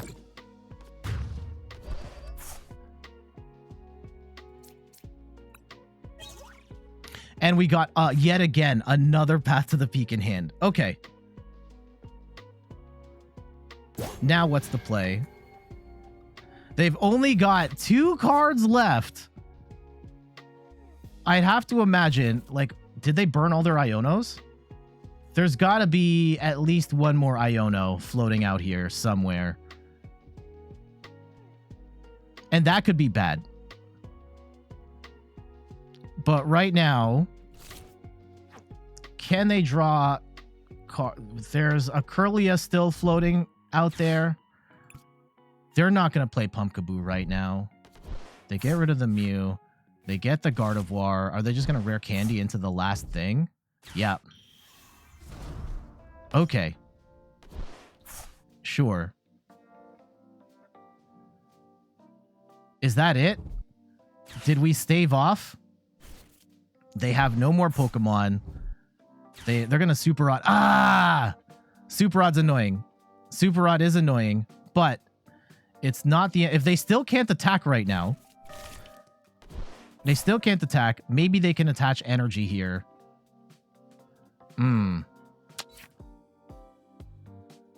They can attack. They're going to hit for 150. That's actually kind of annoying now. Damn. This is not as certain anymore. Not as certain anymore. Now we have to survive 2 more hits from this thing, because I want to keep Path to the Peak locked in. I could Covert Flight, but then there's a chance that they can bump. Do they have a stadium bump?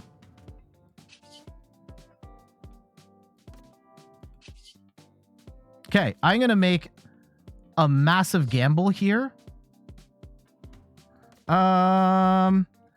If we Dominating Echo, they can still hit us for 150. I think we're going to Dominating Echo. Keep Path to the Peak down. And if we have to, we can Covert Flight on the next turn. Actually, no. Dominating Echo is the right play here. Okay. They're going to be down to 0 cards. Please. Please tell me we have it. Tell me we have it. Okay, they're gonna work her. Oh no! They had it! They have it!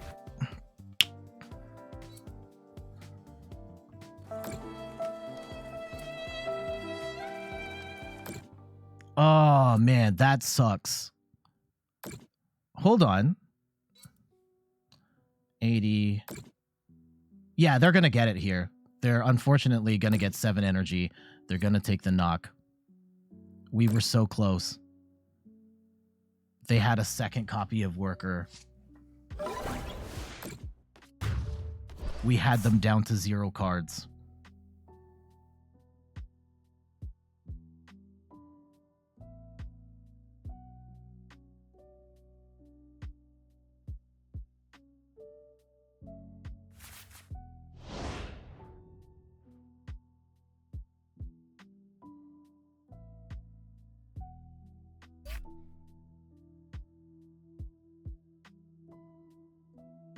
That was unfortunate. That was unfortunate. Unfortunately for us, regardless of what we had played there, Covert Flight or Dominating Echo, they had the one card that could beat us in that last set of cards. We had no hand disruption there. Maybe we could have played... I didn't want to play the research to get rid of those past the peak. Maybe I should have to try and get them a little further down. But we got ourselves to the right there. We were right there. We were right there. And it's really disappointing that we were not able to close the deal on that. I do think that Noivern can win this matchup, sticking Path to the Peak down and forcing them to be stuck, but we were not able to keep the clamp down tight enough. The 2 copies of Worker absolutely devastated our plan and blew us up there. That is a reality of this deck. Dominating Echo is awesome and it can keep Path down, but if you have stuff like Worker, you have stuff like Lost Vacuum, then we're gonna have to eat that. And most Gardevoir decks don't play 2 Workers, but it just turns out that this one does, and we ended up being on the wrong end of that. So just gonna have to hold that L. GG's.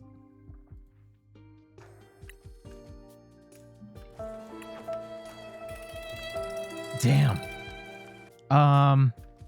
I hate that. I hate that so much. It's gonna be in the video. It's gonna be in the video. That match was too good to not put in the video, but just really unfortunate that did not work out in our favor. I think we're gonna have to play this to the end of the stream. I think if I really wanted to, I probably could make a video with the footage that we have, but I think I would feel more comfortable if we got at least one more. But yeah, this deck has been, I will say, like, having played this deck off stream, like for the last week, I've actually been grinding this deck quite a bit. It's performing a little worse than the experiences that I've been having up to this point. That being said, I think that its challenges are very apparent, and I don't know if this deck is really worth... Ooh, if they're just... Okay. So we have to hope they don't have DTE right here. Let's go and... Ooh, there's a couple ways we can go about it. Let's go Path to the Peak for sure. I think there's an argument to be made. I'm going to get rid of these. And let's go get the Noivern down. I will attach energy. I will attach a dark. And let's go research and hope. Oh, okay. Yeah. Let's go get another Noibat down. Let's get a... I don't think we need to worry about Manaphy. Spiritomb might actually be good here if they've got a Luminion. And let's go and get down. I'm going to assume that this Bidoof is dead. Let's wait.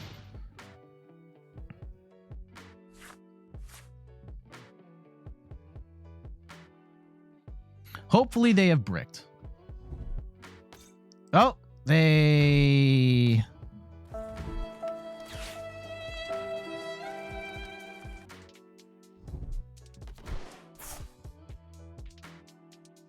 Our deck literally has no answer to Mimikyu. So we...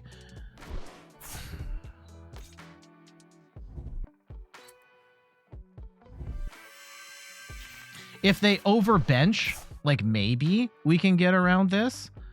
And oh yeah, actually Path to the Peak works right into their strategy because they can swing for 260 damage. We have just run into a hard counter. Oh, well, we can Dominating Echo.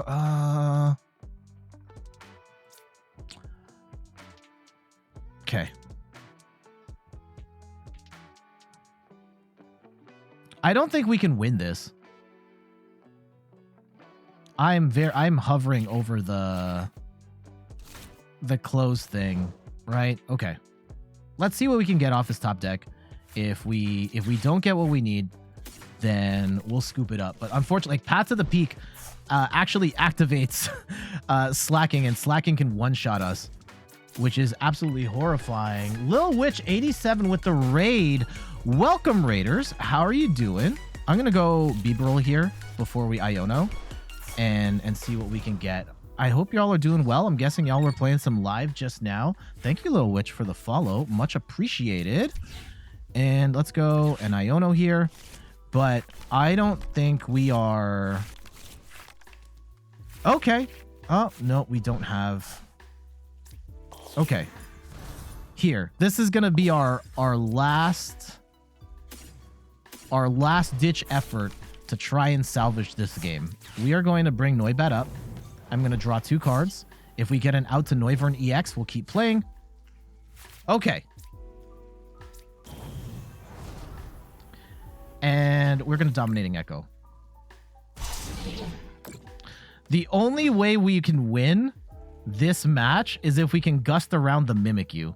If we can't gust around the Mimikyu, we auto lose. We have no way of hitting this thing. They have way overbenched. You have to raid and lurk run. I have a tourney. Ah, best of luck on the tournament. I hope you win. Good luck. Our opponent's going to Iono us here. They have way overbenched. And the only way... Okay, boss is good. Boss is good. Hopefully they just stick with this. Oh, they're going to attack for like 200 here. That is kind of rough.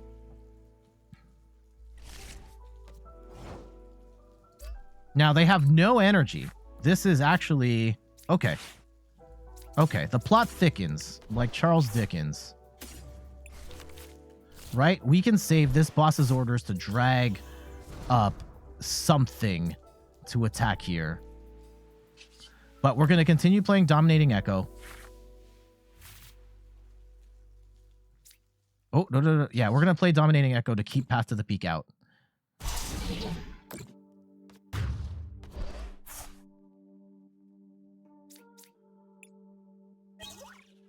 Unfortunately, yeah, our deck is not built to beat this.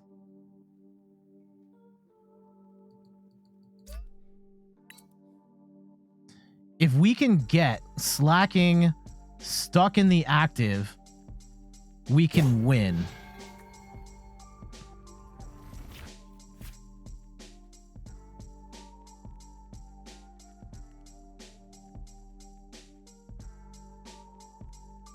And that's how we're going to have to play this.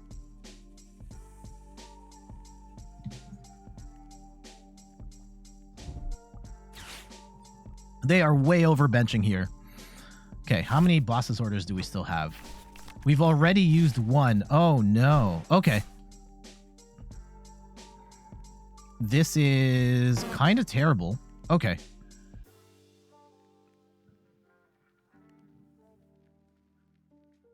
if they're going to try and set up a...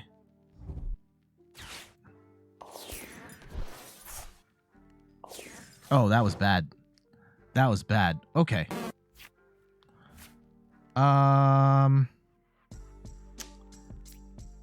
I will...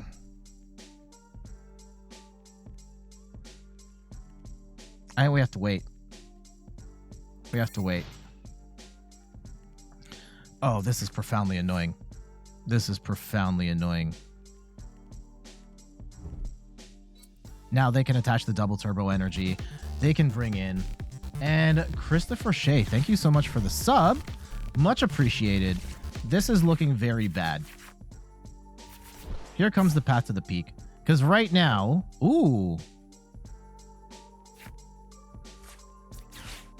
Okay. Let's attach an energy to... Oh, wait. I can't even hit this thing right now.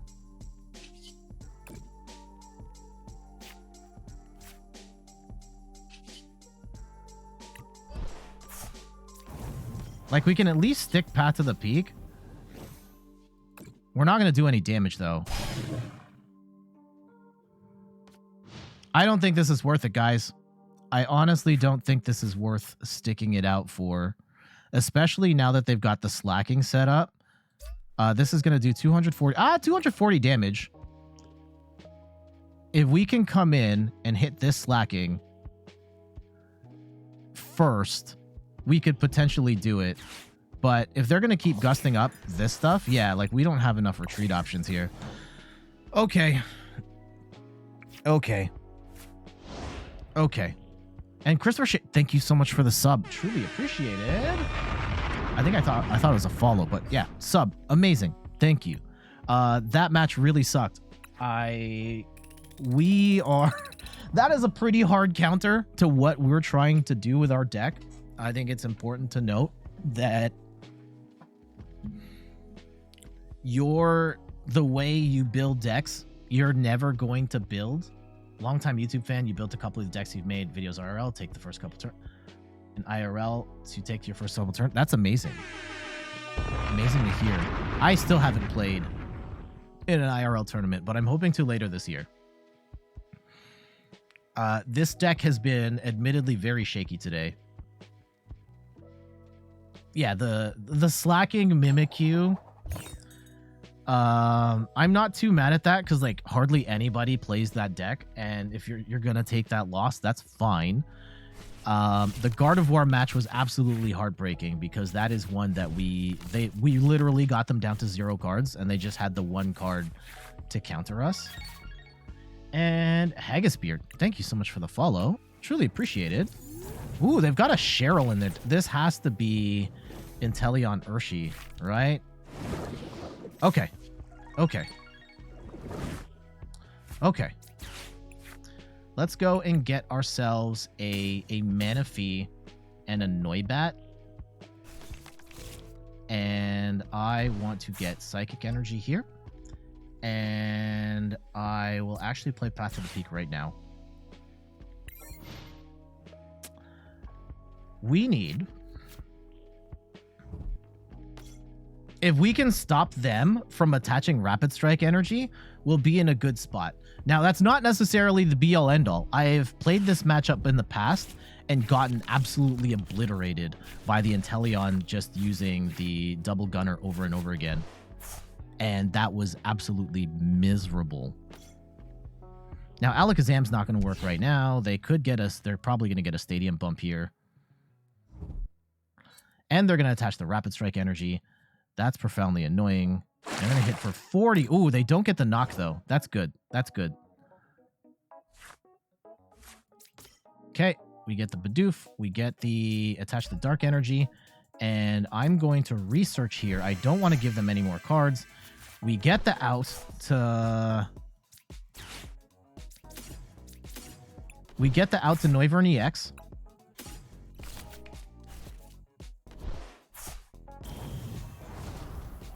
And let's put another Noibat down. And we're going to Dominating Echo. We're going to keep Path to the Peak out here. And this does 2 things. Path to the Peak is stuck. And if they discard this energy to do the extra damage, then they can't reattach it. So we've got them in a little bit of a predicament here. Oh, and they're going to Echoing Horn for the second, but that's not necessarily the worst. But it does give them a bunch of targets to snipe down if it comes down to it. They are going to get the Inteleon VMAX. I hope they don't have a draw card in one of those two. Oh, it's an Iono. Okay.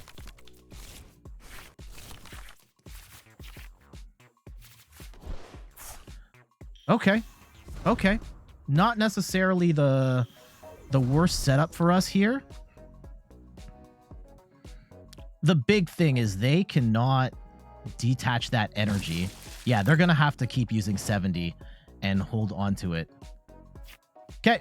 Cleansing Gloves doesn't really matter. We are going to get a Bibarel setup. We will attach energy to the Noibat. I will get rid of the gloves and Drapion and get ourselves another Noivern here. And we will, let's go drop some more cards. And we do get Boss. Boss is interesting here. I don't want to use it yet, though. I want to continue to use Dominating Echo, and they can do 70 damage all day. I don't care about that. I want my 3 prizes right now, and then force them to not be able to attach energy from hand. Ooh, they're going to do it the old-fashioned way. They're going to have to attach the energy manually. And now they detach because they want the 140 right now. And that actually is kind of annoying. Okay, let's go and attach Psychic. And that's a really good play that I did not think about. I don't want a boss right this second. I want the 3 prizes out. So let's go and...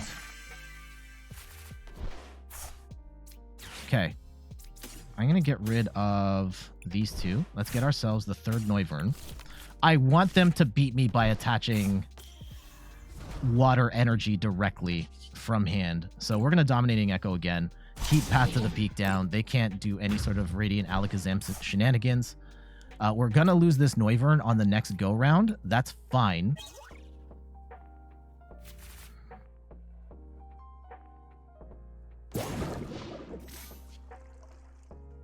And yeah, they're going to be able to hit for one if they can get the water energy. But now they have to have the water energy. And they're going to... What will they grab with the Forest Seal Stone? That's actually kind of a problem. Okay, yeah, if it's just the water and they're going to attack, that's fine. We want to force them to keep attacking with this thing. And yeah, they can 2-shot us, potentially, but as long as we can stop them from using Rapid Strike energy, we are golden. Okay, let's go attach the Psychic here. And I don't mind holding our hand, because at this point, they might Cheryl. They could Cheryl, and that would be annoying.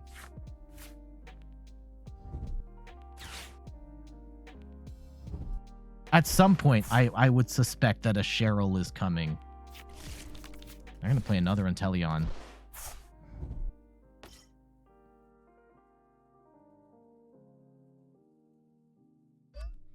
Yep, they're going to get rid of it. They're going to do 140. I think we want to set up another Noibat here. I will keep swinging for 140. They have to heal right now.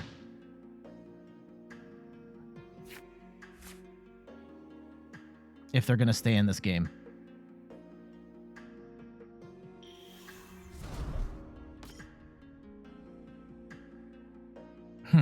Yeah, this is a very grinded out match. I don't want to give them... Ooh, they're going to rope. They're going to rope. And what do we rope into? I think we rope into the Bidoof. That's annoying. That's annoying. They will snipe down. Okay, if this is how they play it, then we win.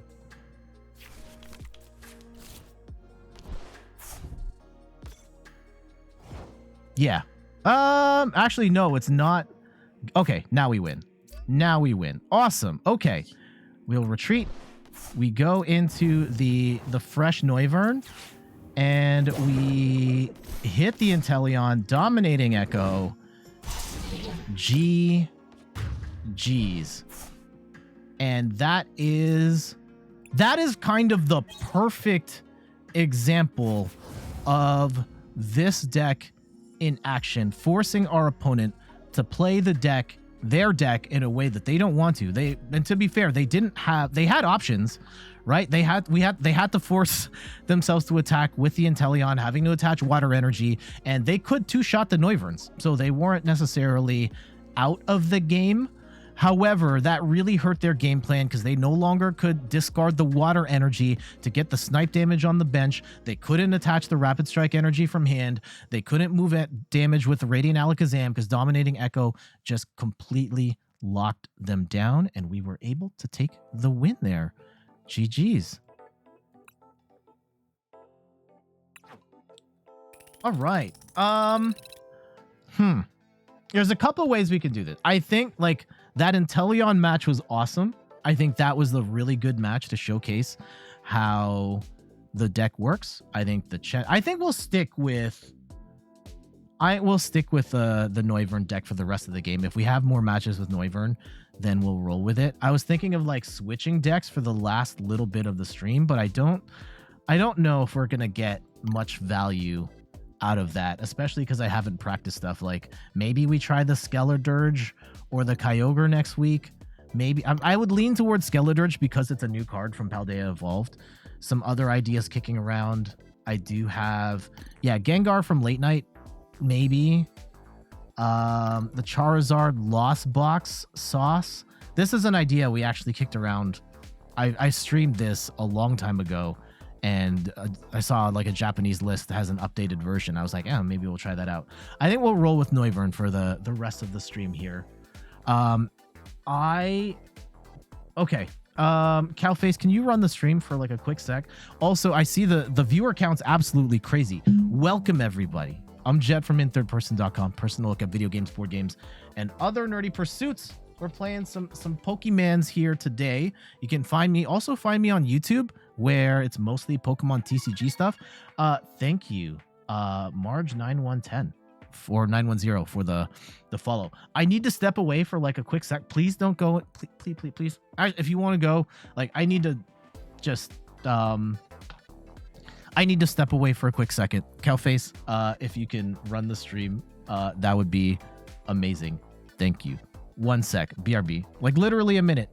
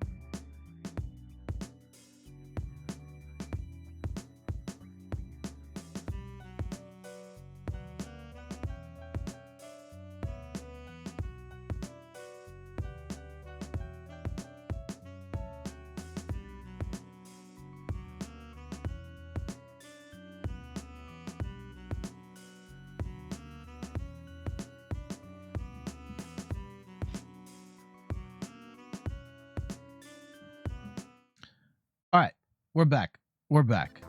thank you to everybody that stuck around. For those who left, I apologize. I needed to take care of some stuff, but we're okay. We're going to ride it out for the rest of the stream. Playing some more Noivern EX. Based on what you have seen so far of the deck, what do you think? And it could be like the archetype as a whole. It could be feedback on my particular take on the build. I don't think I have it perfect. The big question mark to me is like, do I still want Drapion in this deck? It's a really easy tech include. And Zag, welcome to the stream. How you doing? And Cowface, thank you for running the stream. Party it up. I am like, I play all the decks here just because that is what I do for the YouTube channel, and I try not to get overly attached because, you know, I'm playing different decks every week for the purposes of content. Oh no. I'm gonna start with the Manaphy here. Ew, Ting-Lu. This is a weirdly messy match. Assuming we can covert flight them to death, but they can also... What? Lightning energy. Oh, is this Lost Box? Okay. We don't have any energy, though. This sucks. Okay, let's go path and wait.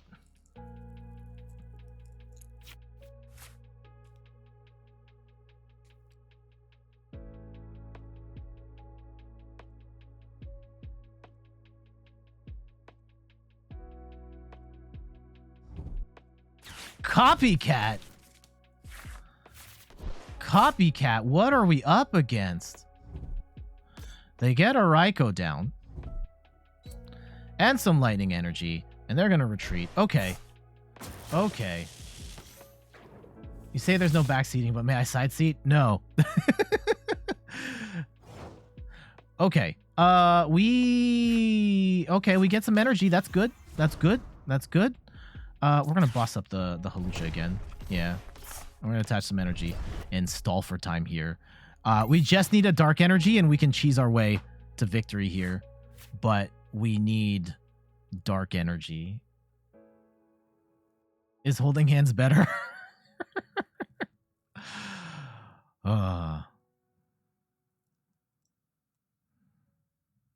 When was the last time you rode in a cab or an Uber? Okay, they get there. Do they have a switch in these two cards? I just need unenergy. I don't even need a dark energy. I just need unenergy, and we can cheese our way to victory here. Okay, this feels like they're running the brickiest Lost Box of all time. Oh man, the suspense of this matchup. Okay, here comes the Hawlucha. Bam. Thrilling action right now. Hold on to your butts. Okay, we get another Noivern. That's nice. That's nice. That's nice. Now we wait. Oh, gosh. No, it's not Lost Zone Box? Oh, man. What could it possibly be? Another copycat! Who's playing copycat in this economy? I mean, to be fair, they are going to absolutely obliterate us here. Yeah, we might be dead. I have no idea what we're playing against, but at this rate, we are probably just going to lose. Please. Please. An energy. An energy. No! Okay. Okay, at least we can... All right. One Skwovet and a dream. Let's go. Energy. Energy. No!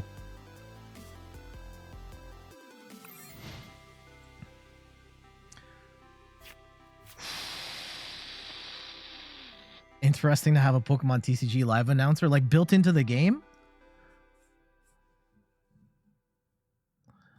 I want to hold on to the Skwovet because I need that to draw more cards. We can technically draw through our hand twice as fast with the Skwovet. And really, I can afford to lose At this point in time, I can afford to lose a Noivern as long as...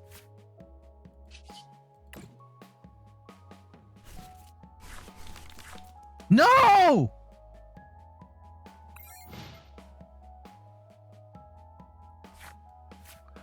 This is the worst game of Pokemon cards of all time.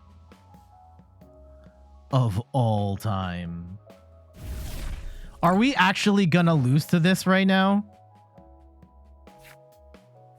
Please. Skwovet. Skwovet. Yes! Okay, let's go. Let's go. Get out. Get out. Covert flight.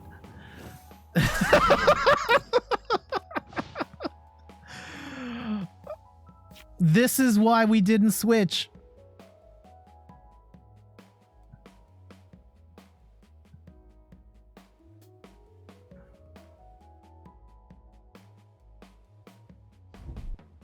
No! Okay. I think I'm willing to give up the Noivern if it comes down to it.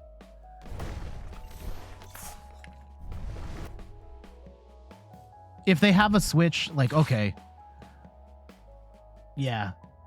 This is profoundly annoying, but we can't lose the Skwovet. We cannot lose the Skwovet. I'm willing to give up the Noivern if it means we don't lose the Skwovet. And I think we hit one more Covert Flight, and then we hit him with the Dominating Echo. If we even get a Dark Energy here. Which at this point, I don't know. Okay. Nope. Skwovet, please. Okay. Is it worth Iono? I don't want to Iono them right now. I actually don't. We might Iono them into good cards. Right now, we know their hand sucks.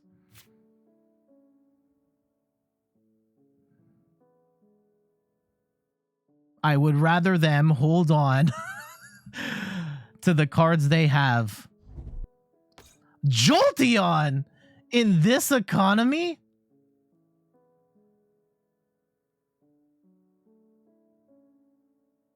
Okay, that's kind of annoying, actually.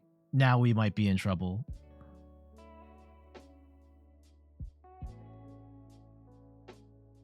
You would have played Iono? I don't want them to hold... I wanted them to play these cards. I said bet. Use what you have. Now, Jolteon's actually kind of a problem because we don't have Manaphy anymore. If they get the VMAX, we're kind of screwed.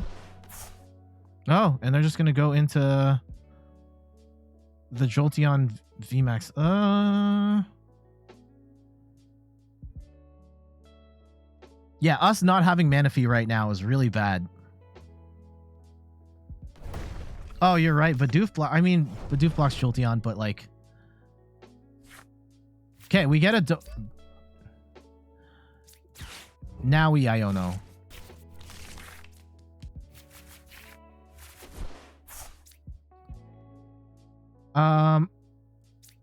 Do I want to bench the Noibat right now? Okay, I'm going to say in those three cards, they don't have the means of the second energy for Jolteon or the badge or anything else.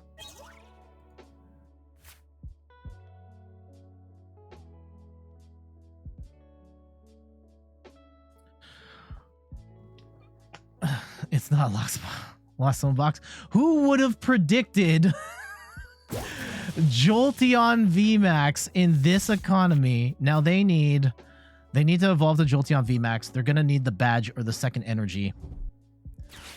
Oh, there's the Jolteon VMAX. So they got one piece down. Also, they need to set up damage to...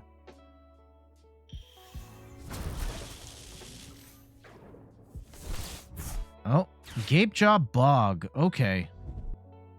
And they're gonna Shauna. Okay, please tell me they don't have the energy. Please tell me they don't have the energy. Oh, no. Please tell me they don't have the energy.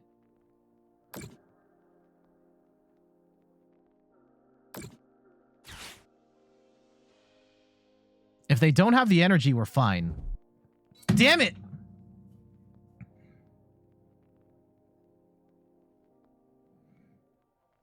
They're going to snipe the Noibat, aren't they? Yeah. Okay. Okay. Okay.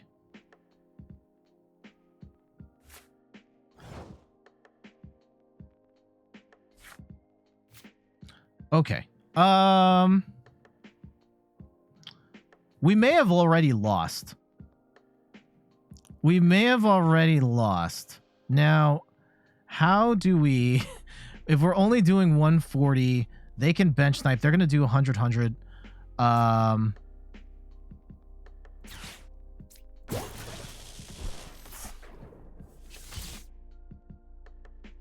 Covert flight, dominating echo.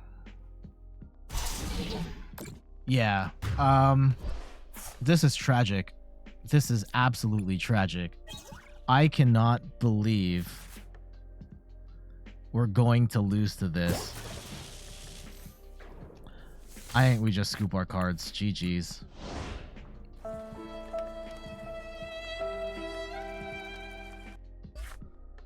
How do we go from pushing Gardevoir... Anti-Hero Chris, thank you so much for the sub. We pushed Gardevoir down to 0 cards and still almost won that. We absolutely destroyed the deck that won NAIC, the largest international tournament in history, and then we lost to this.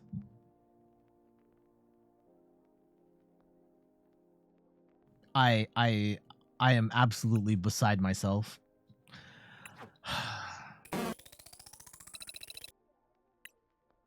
No, that one's not making the video, in case you're wondering. Who's playing Jolteon in this economy? I don't think it's worth it. RNG wins again. Yeah, we did get RNG'd into oblivion there. That's for sure. Oh my goodness. And Cowface, thank you so much for renewing your sub. All trying to make me feel better for that absolute dumpster fire of a match. Wow. Yes, we want to go first. Cowface with the 33 months. Best trying to go for the shiny Snorlax. We have not seen shiny Snorlax in what seems like a lifetime. Okay.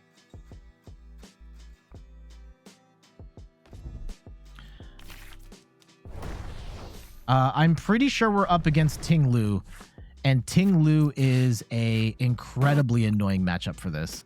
Like, you can win. Like, they don't... If you can get Covert Flight going over and over again, they don't have any good answers for it. But...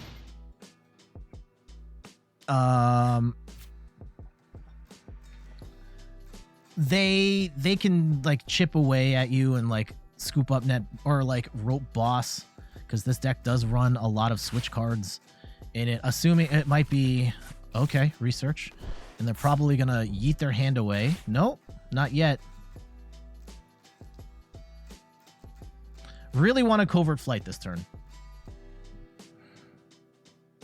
Dominating Echo is actually not bad either, depending on how much they get set up. Oh, here comes the Squawkabilly. Interesting. Yeah, they're going to throw out like half their deck right now.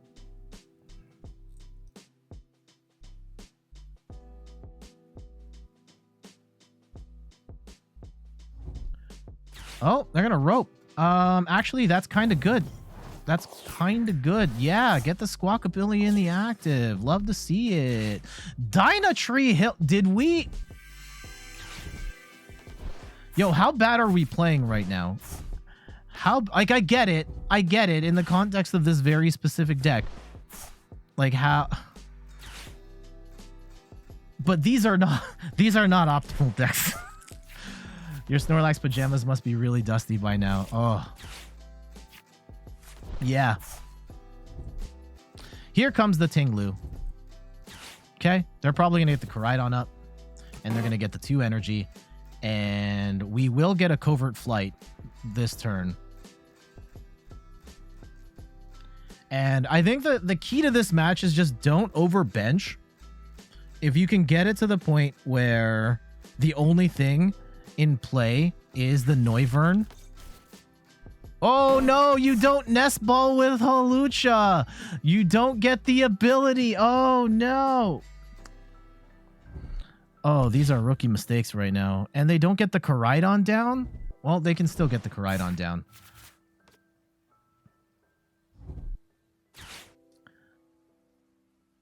Yeah, our opponent is, I don't necessarily agree with the moves they have made so far. I'm trying to be polite here.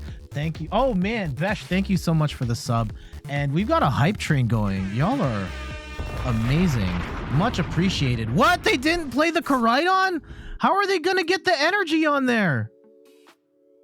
Bruh. Okay, they're gonna use the Squawkabilly for that. Okay. Sure. Yeah, that's one way to do it. I can't hate on that. Let's go and grab a Dark Energy here. And I don't know if our opponent knows what's coming. Let's go and get ourselves a Noivern EX. And we're going to be in for a long and annoying match. Ooh, we can Dominating Echo here too. Actually, do we want a Dominating Echo?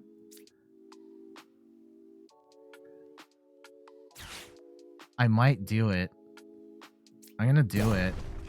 And then we keep Path to the Peak out. And we lock them down. I'm going to say bet. I'm getting greedy here. You don't have the switch and the energy, and even then you're only doing 150 damage. I should have used Covert Flight. Damn it, they have the switch. Okay. Let's go and get rid of... Let's get rid of the Bibarel. Okay. So I said bet, and I was wrong. I was wrong. It happens. It happens. Actually, I don't have a switch now, do I? This is profoundly annoying. They're still not shutting off abilities because Path to the Peak is out. And they can't shut off Path to the Peak. Okay, they're going to research their hand. There's the Koraidon. Okay, yeah, they're going to attack.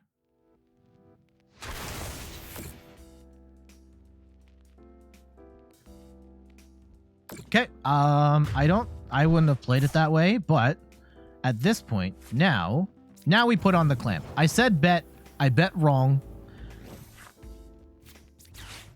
How many ropes do they have? At this point, I'm just not gonna bench anymore.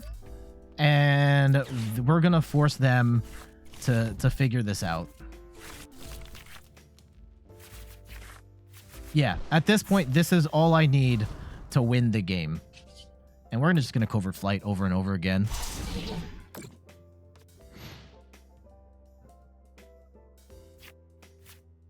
And yeah, they can rope boss to a certain extent, but eventually it will just be one Noivern and I can just spam Covert Flight and they will have no answer to it. At least that is the theory here. Okay, they're going to Covert... No, they get rid of the Penny, sure. Or get rid of the Tinglu. Right, Tinglu does not play evolution Pokemon in it. They might have some secret sauce. Sure. No. This isn't it. And they'll probably use it to accelerate energy right now. But... And they're going to charm up. Oh, they don't even have the energy right now. So they will do bench damage. They're going to do bench damage to this Noivern. That's actually kind of annoying. But we will knock them out before they knock us out. Yeah, they have to do like a butt ton of damage right now in order to really make this work. And I don't know if they play like multiple echoing horns or anything like that. And Anti-Hero Chris, thank you so much for the 50 bits. Is it worth judging right now? I don't think so. We're just going to keep covert flighting. If their hand gets to more than 4 cards, then yeah, we'll judge again. Okay, they're going to boss. That's going to do 150. That's annoying. Right? And that's actually kind of okay in the sense that now we just play covert flight on this one. And they're going to have to like rope boss over and over again. How many? They've still got at least one more boss. They have to make this work in a way where they can knock out both of these Noiverns at once. And Besh also gifting a tier 1 sub to Campson CL. Thank you. Much appreciated. Y'all are amazing.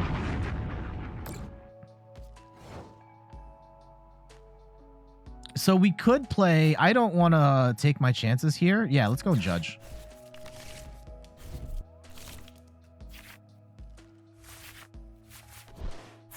And we will continue to spend... This is peak Pokemon TCG right here. The pinnacle of Pokemon TCG action right now. Okay, yeah, they play the Dynastry Hill. Sure. I'm not healing right now anyway. You're not shutting off any abilities. You're still not hitting me. And then we'll just keep disrupting their hand over and over again. Oh, they've got it. Okay, do they have the energy?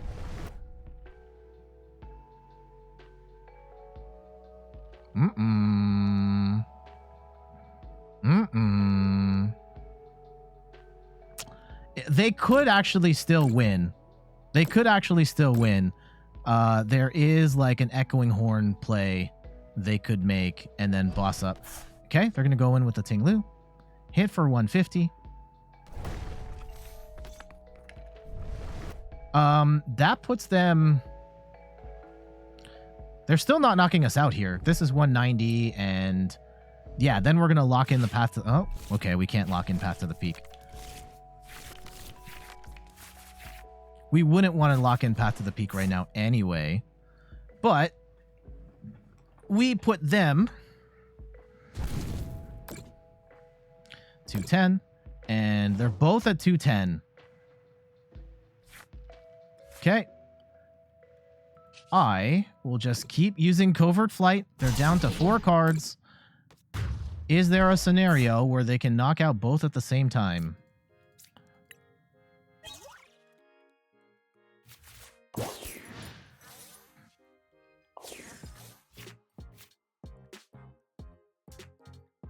And they're going to be running out of time here soon.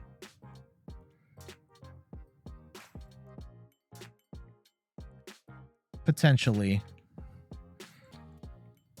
Yep, okay. Yep, they're going to move some more damage. Yep, 220, 230. How many they have at most one more rope. They might have boss still, though. And we're going to get Iono'd. And that brings them down to, yeah, 3 cards. Okay. Okay, they're going to bring in another Tinglu and attach some energy. And...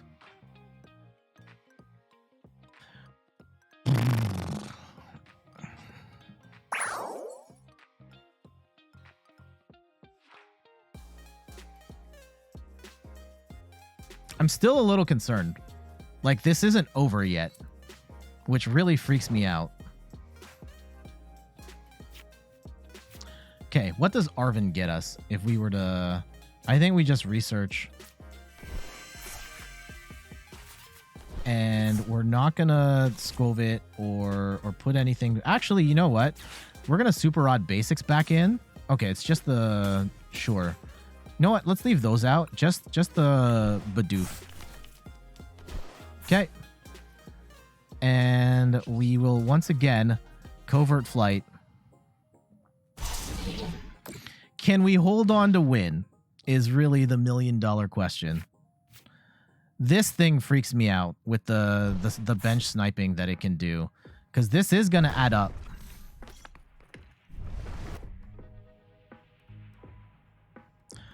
There is potentially... Actually, yeah, there's a world where they could, with Radiant Alakazam, move some stuff around to make this work.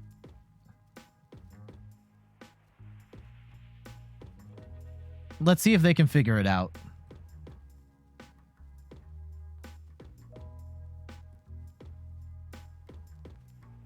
Okay, we're gonna block it.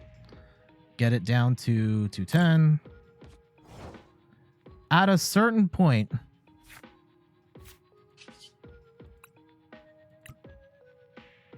this is gonna be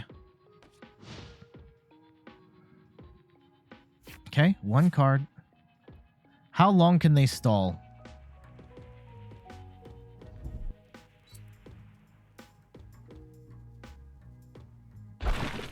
Okay, 230. Yeah.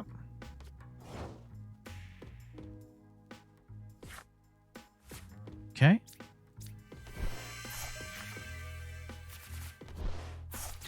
Path to the peak. And let's go. Keep stalling.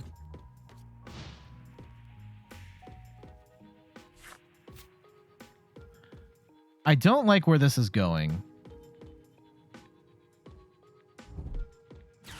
We will get Iona'd again. They are... Oh, that's it. This is the game. They have conceded here. At this point, we win on deck out.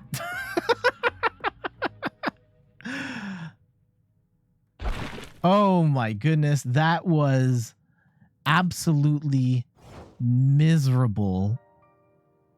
And yeah, we just take the win.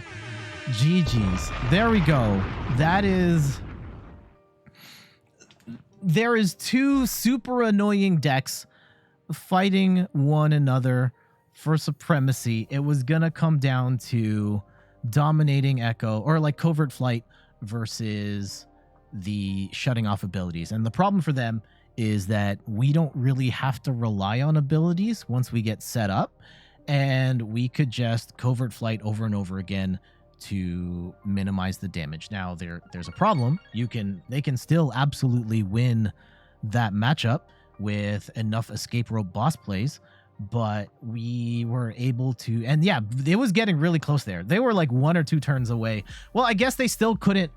They could get it down to just the one in the active, but yeah, I was kind of horrified that they could figure out a way to move the damage in a way to knock out both at the same time. I don't know if that's actually possible, but we were able to hang on for the win there. GG's.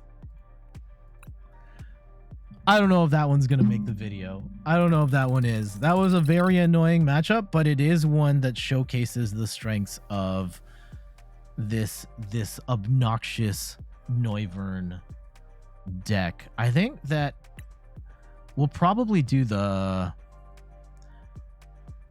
explanation for this deck here. But before we go, just a quick chat. What's everybody got going on this weekend? For my wife and I, we are open at the moment. It was supposed to rain really bad, but last night I checked, the weather wasn't so bad. If the weather's nice, we'll probably go outside and enjoy the sun. If not, then we have a bookshelf that we have to build. We bought a new shelf to put all of Steph's movies on, and then we're going to move the shelf that's already up there down here and move some stuff around. Like we need so much shelving. I think we collect a whole bunch of stuff. With me, it's video games and board games, and Steph has like a giant movie collection, and we just need room for stuff. So, oh, I just realized there's comic books here. Like I was thinking of moving those onto the big shelf, but we can't do that because, oh, you just built a bookshelf yesterday? Congrats, Cowface. We can't move the comics because the comics are really heavy and it's going to bend the shelf. I'm pretty sure it's gonna bend the shelf down. So like our medium wide ones, I think, are gonna have to stay, which I think is okay. I'll probably move because I also have like these skinny shelves for like CDs, and it works really well for DVD cases. We're gonna bring those upstairs as well, and then I'll put the games on the big shelf, and we'll figure it out from there. So yeah, that's what I got going on. The weather has been like crazy hot in certain instances. Some other life stuff I did.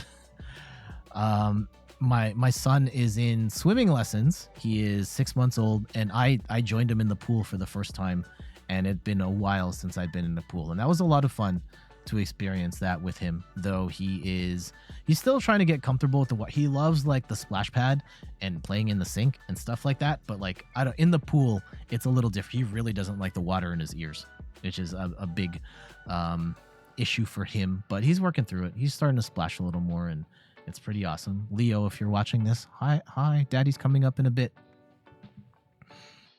But yeah, I hope summer has been amazing for you guys. It's been awesome for me, and my wife and I have been trying to make this try and have a jam-packed summer so that, you know, our son's first summer is amazing, and our first summer as a family is amazing as well. And then, you know, come fall, we'll see what happens there.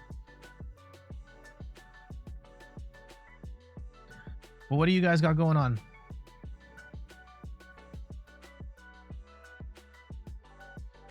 Antihero Chris says, I did set up your streaming setup. Maybe you will restart streaming soon. Hopefully keep it up this time. Congratulations.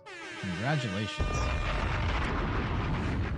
Streaming is a lot of fun, but it's not for everybody. I think that's a really important thing to note, is that lots of people like playing video games, but not as many people like playing video games on a stream in front of an audience or not in front of an audience, and that it's okay if you don't want to stream. It's okay to stop. I'm hoping something I need to coordinate with Steph. Maybe I stream this Wednesday. Street Fighter 5 or Street Fighter 6. Rashid's coming out, and Rashid was my main character in Street Fighter 5, and I'm gonna try and work out some time to play some Street Fighter 6 this week, just to get familiar with the character. Maybe we get a stream in soon of me playing Street Fighter 6 with Rashid, but right now I'm still not comfortable with making Wednesdays or bringing those back in full, just because we've got lots of family stuff going on, and I'm trying to enjoy that time that we have. So yeah, there's that. What else is going on? But yeah, for everybody else, if you would like to share, by all means go ahead and share. If you plan on streaming, or you already stream, that's awesome. Yeah, do I have any advice? Like, I think it's bad advice, but like, if you find yourself not happy with streaming, don't force yourself to stream. Just stop. It's okay. You don't have to be the next ninja to have a fulfilled life. If you are looking at doing this as a career, it is not highly unrealistic. You will get to a point where you can make this a career, and you definitely don't want to sacrifice if you already have a primary source of income, don't leave it to go to Twitch. Don't commit to doing Twitch full time until, like, do Twitch for fun, do it as your side hustle, but don't leave your main hustle until Twitch makes that money for you and then some for a consistent period of time. From time to time, you just have the urge to want to give the community something back. Yeah, that's totally fair. But yeah, a lot of people get into trouble trying to be the next big thing, and then they don't go about it the right way, and they end up being miserable and possibly, losing their homes or relationships and anything like that, because they went in too deep the wrong way. And not to say that there's a better way than just quitting your job and then just streaming and playing video games for 12 hours a day. I'll say that. And like the success I have now, like more people watch this stream than ever, and I stream less than I ever did. The best thing you can do is establish yourself on a platform other than other than Twitch, and make the streaming your secondary thing, and your primary thing is the one that gets you the biggest audience or gets you the most money. And for me right now, it's YouTube. Christopher Shea says, you've been thinking about getting back into YouTube as a hobby and streaming as a hobby. Awesome. If you can find the time and the motivation for it, by all means, do it. Don't overextend yourself. At this point, like, for me, I stream once a week. I try and record as much content as I can during this one stream, so I have videos for the week, and then I'm out of here. I'm not down here. Sometimes I'm in the basement first thing in the morning before my wife and kid wake up, and I've got a little bit of time to make stuff here and there, but for the most part, it's just like that. This chunk right now is the core of my content, and that's it.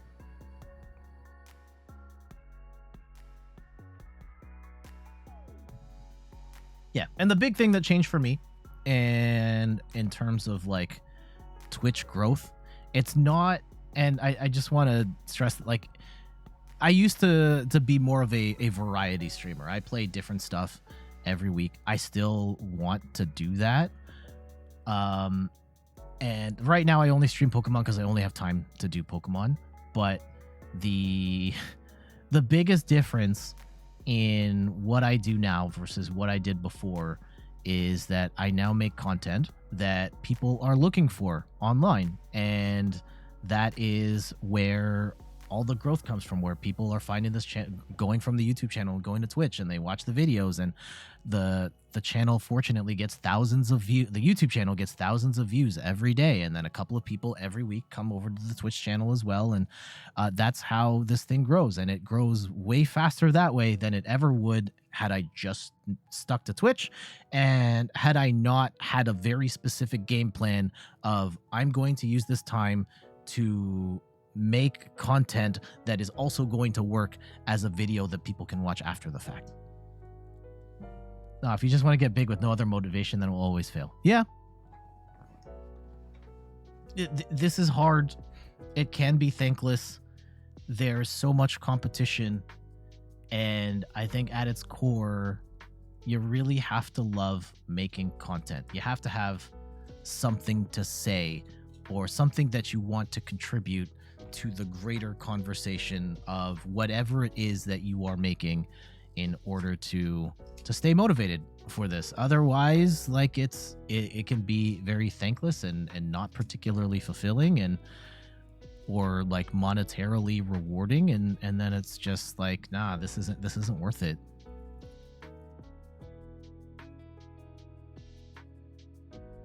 So yeah, I think, like, for me, if it wasn't Pokemon, I'd still be streaming, and I would be streaming other games, and fewer people would watch.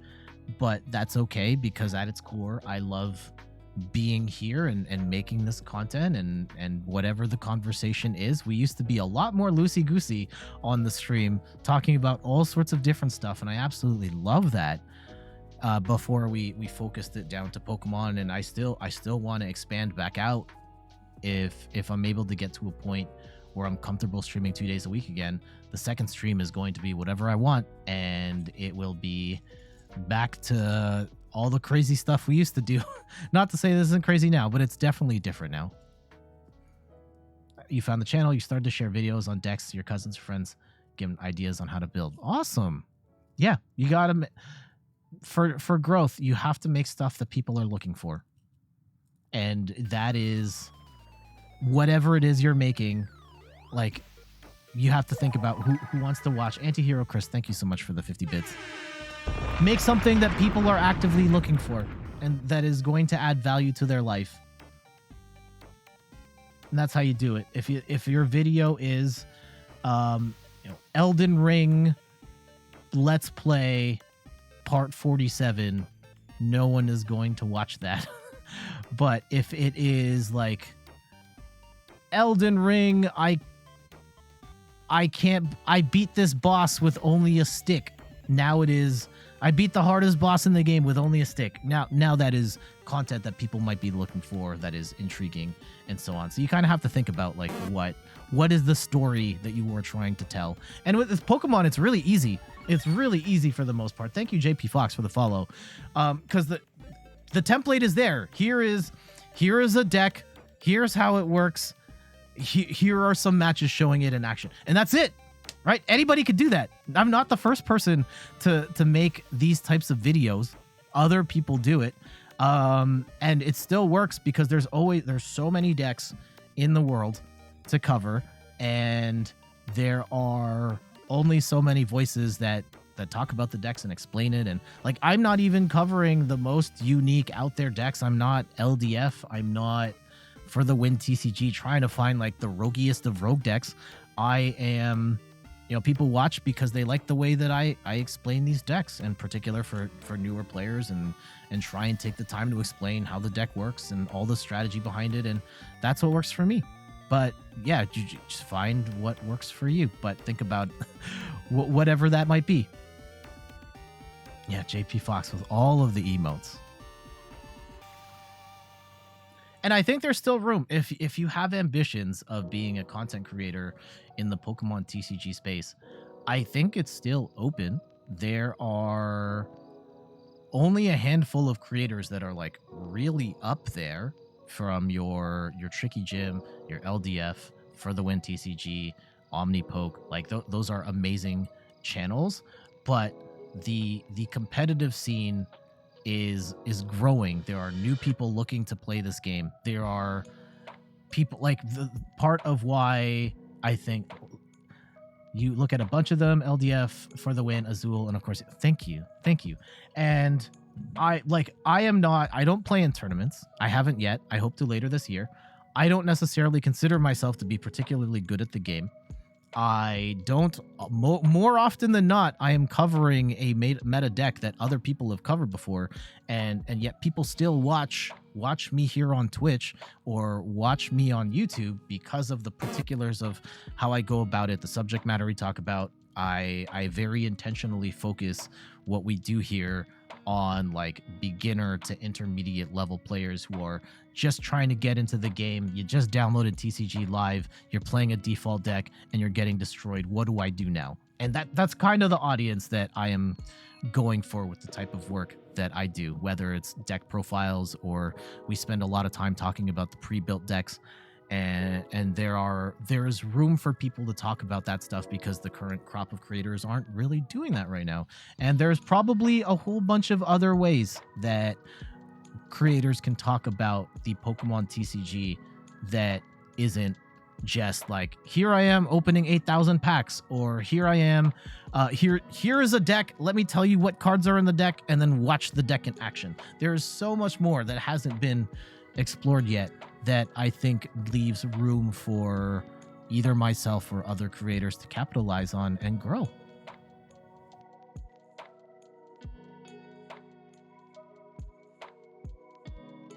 So yeah, that's some food for thought there for any aspiring Pokemon TCG creators in there. But I think that look at what's out there and see what you can do that's different. If you're just like, well, here's the deck, here are the cards, here are the matches, that's going to be a really tough sell. What are you doing beyond that? Anyway,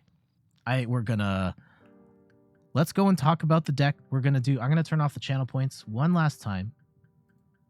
And, thank you to everybody for watching. Thank you to everybody in the chat: Antihero, Chris, JP Fox, Zag, thank you for the follow. Who else is in here? I'm just gonna scroll up in the chat. Christopher Shea, Cowface, Besh, thank you for dropping by in this. I'll do the subs in a second. Secret Player, Lil Tone, Zag, welcome. Sorry, I don't know if I acknowledged your chat earlier, but thank you so much for dropping by. I think I might have been I was away. I don't want to explain the particulars of it. Let's just say I feel very relieved. Ox Triffin, thank you for dropping by. Mighty Mo, Boarlord, Mighty Mo, scroll. That's as far as I can go in the chat. Y'all were crushing it. Thank you too. Actually, I do have one more thing. Well, let me say some thank yous you said earlier too. Okay, awesome. Let me round up the thank yous, and then I have one more question for you guys, and then we'll do the final wrap up on this deck profile. Zach Zag, thank you for the follow. JP Fox, thank you for the follow. Antihero Chris, thank you for the bits. 100 bits in total. Pumpkin 598, thank you for the follow. The hype train was awesome. Much appreciated all. Besh, thank you for the sub, for the gifted sub. Cowface, thank you for the sub. Antihero Chris, thank you for the sub. Thank you to Marge910. Thank you, Skills. Thank you, Haggisbeard. Thank you, Christopher Shea, for the sub. The other ones, thanks for the follows. Little Witch, thank you for the follow. Thank you for the raid as well. TSM, Maxity, Oxtriffin, Worth 29, The Names X, Memo L4M, GRYASS, thank you. Plantland or Plant Ian, thank you for the follow. Almost Troy, Christopher Shea. Yeah, all crazy amount of support today. Much appreciated. Y'all are amazing. And to that point, the point I was making about content and trying to find a different perspective or angle or slant. What type of Pokemon TCG content would you like to see more of? Whether it's something that you've seen that not many creators do, or content that like people aren't making at all. What would you like to see more of? And not saying that it's going to be all up to me to do these. I'll probably try and steal at least some of these ideas, but what do you want to see? And I think the big breakout moment for me, TBH, actually, I can even pull up the exact video that completely changed the trajectory of my channel forever. Let me go and find it here. First look. Yeah, this video right here completely changed. Ads completely changed the trajectory of my channel.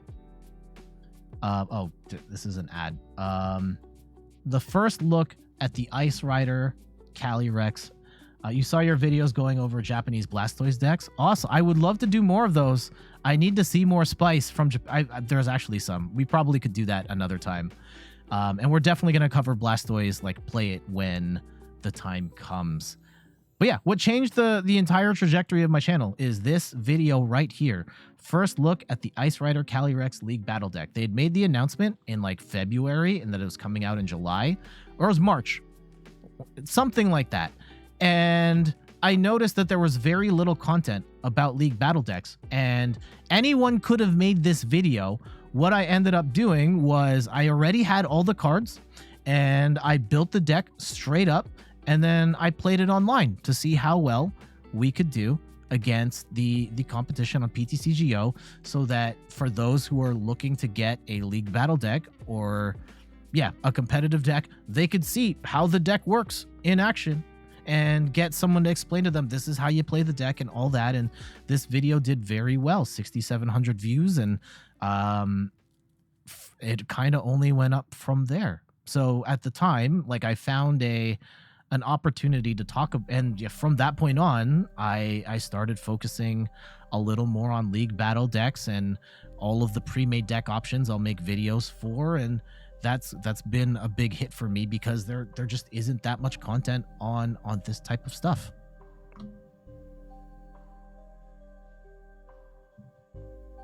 But yeah, I'm always trying to find new ideas and other things that can help the people who enjoy these videos.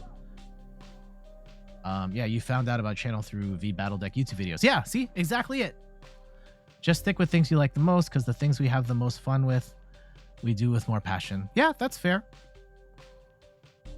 I will admit, some decks I play, I really don't like.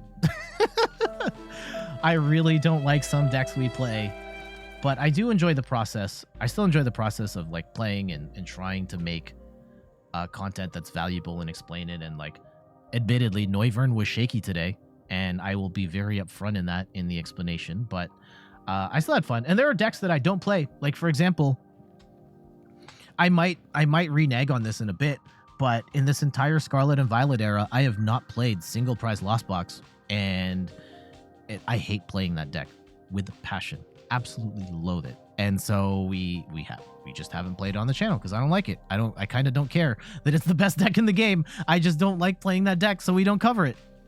Revwood says there's a huge lack of content for more advanced decision making for decks. There are tons of here's a deck list in one game, me playing it, but very few. This is how you make Lost Box decisions as Lost Zone Giratina, for example. Yeah, Revwood, that's a great point. And I think like James CX, James Cox on Twitch and YouTube, he's probably the expert on that. That type of content it's awesome. It's very hard to make. James is great for that. It's very hard to make. You kind of have to set up the scenario. You have to talk about the different cards, and like it's hard to go through that, like break it, like to go through that and to play enough games to then say in this scenario you should do this. So I don't blame anyone for not doing it, but there is an opportunity for someone to succeed making that type of thorough breakdown of like on turn 1 you want to do this, on turn 2 you want to do this. If you've got one Giratina, maybe you go for the Abyss Seeking, maybe you don't. All of that type of stuff. Wug Trio. I've never played a mill deck. I've never played a mill deck on stream. I didn't even play Durant in its prime. So I've thought about Wug Trio. I think I have one built. No, I don't have Wug Trio built. I don't. Not out of the realm of possibility though. Yeah. What I try to do, kind of as an in-between, does the YouTube algorithm dictate the content you make? Like, are you encouraged to just push your content out? Are you in a position to make you feel invested in? So this is an excellent question. The algorithm effect is very real. I can tell you to a certain extent how it impacts what I do. Anything tied to League battle decks always performs better for me than pretty much anything that doesn't. Right? Shadow Rider Calyrex is not meta relevant, but I could make a billion videos on Shadow Rider Calyrex and it's going to perform crazy well for me because people are looking for Shadow Rider Calyrex League battle deck stuff, and the algorithm brings more people in who are interested in that. For a while, Mew was like that. Mew. Anytime I make a Mew video, just crank it out and go. At this point, like for Mew specifically, I'm only going to do like one video per cycle, like per format, because there isn't really that much to cover. Did you see the same? Chen Pao did really well for me. Chen Pao worked really well because that was the free deck, and people are looking for that. Like, how do you upgrade the free deck in the game? And yeah, that does matter as well. That was a question? No, these are good questions. We do have to wrap up soon, but I'm here to answer as much as I can. Yeah, so but yes, there are absolutely videos that I know are going to do better than other videos.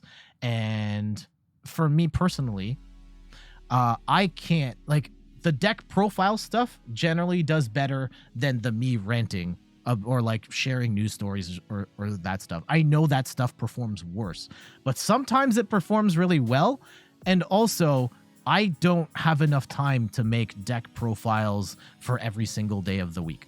So I take the L's on the days where I have the videos that are like, hey, let's look at these new EX cards, or hey, here's some deck lists from Japan. I know those videos perform worse for me because of the algorithm and all that. But I can't. So here's a secret.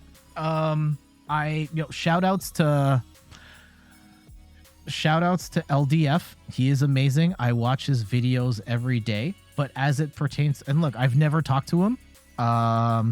As it pertains to the algorithm, there is a very specific reason why he has two channels, and one of them only has deck profiles, and the other one has all the other stuff that he does, from tier lists and reviewing new cards and all that stuff. And it's because when he doesn't do deck profile videos on the main channel, those videos do worse, which then negatively impacts all the other stuff that he does.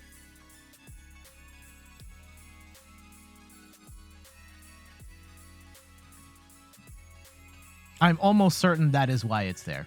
He might come in here and be like, yo, Cap, but I'm almost certain that's why he runs 2 channels. I can barely keep 1 channel functioning, so I don't have the luxury of running 2. Yep, he doesn't do deck profiles on the second channel. The second channel is all news and updates and stuff like that for that very specific reason, because of the algorithm. All right. Any other last questions? And then we're gonna do the deck profile, and then I gotta get out of here. I was trying to buffer for time until 1 o'clock, and then we've gone a little bit over. That's okay. I have a tendency to rant here and there. But yes, the algorithm does impact me. Deck profiles generally do better than the news updates or tier lists or anything like that. But I also am negatively impacted if I don't post every day. So I try and post 5 days a week, knowing that some of those days are going to be videos that aren't going to perform as well as others. And also, like, rogue decks as a whole, that's kind of a tough road to take, because not everyone is looking to play Noivern EX. I'm almost certain that this video is not gonna do very well, because how many people are looking for Noivern EX when I could have just made another Chen Pao video and that probably would have done a lot better. There's at least one more Chen Pao video that I want to do. But yeah, but this is what I wanted to play today, so this is where we're at.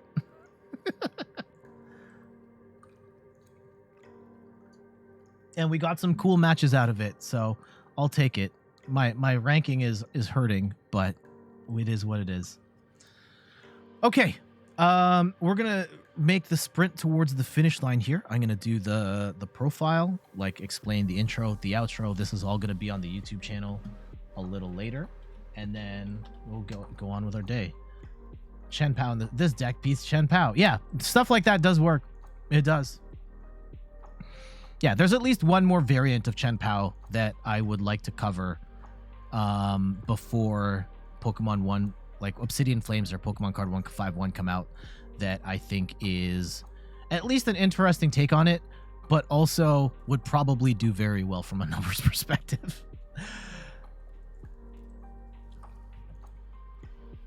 Anyhow, okay, let's go and let's talk about this Noivern EX deck, and we'll go from there, shall we? All right. Oh, Boosted 316. Thank you so much for the follow. Much appreciated. I hope you're doing well. Okay.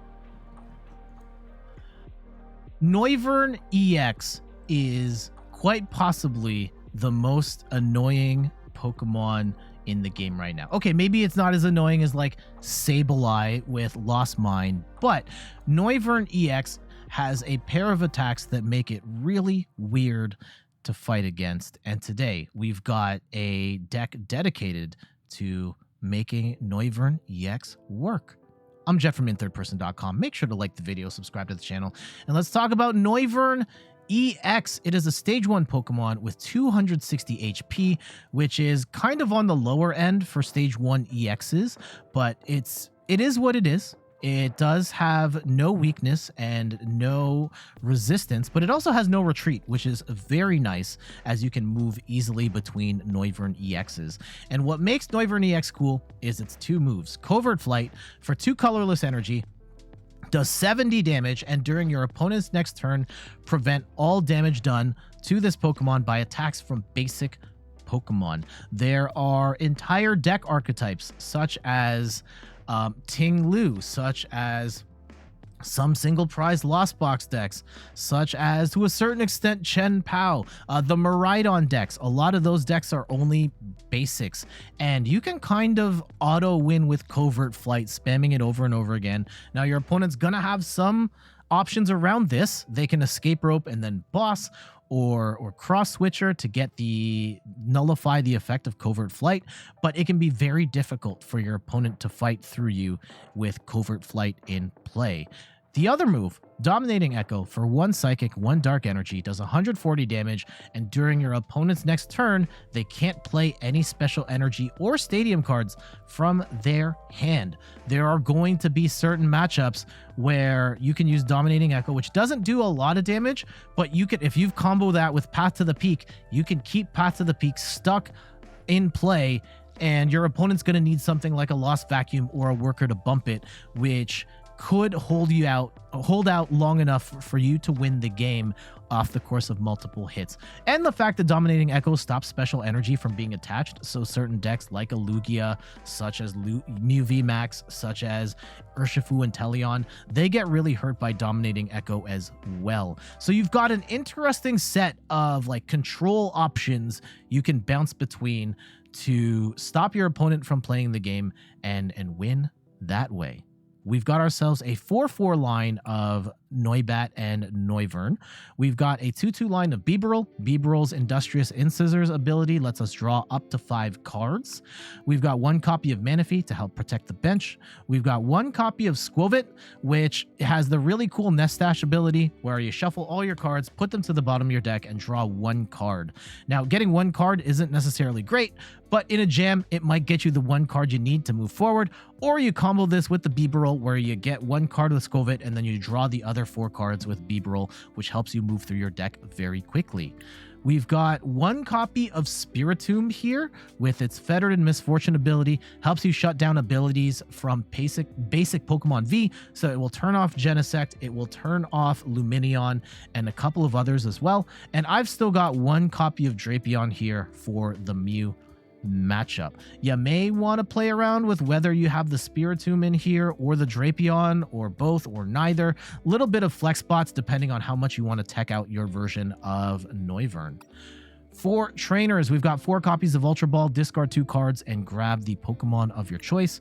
We've got only 1 switch here. Noivern does have a free retreat, so you don't have to worry about it as much, but we do have the switch here just in case your Bibarel or your Skwovet gets stuck in the active.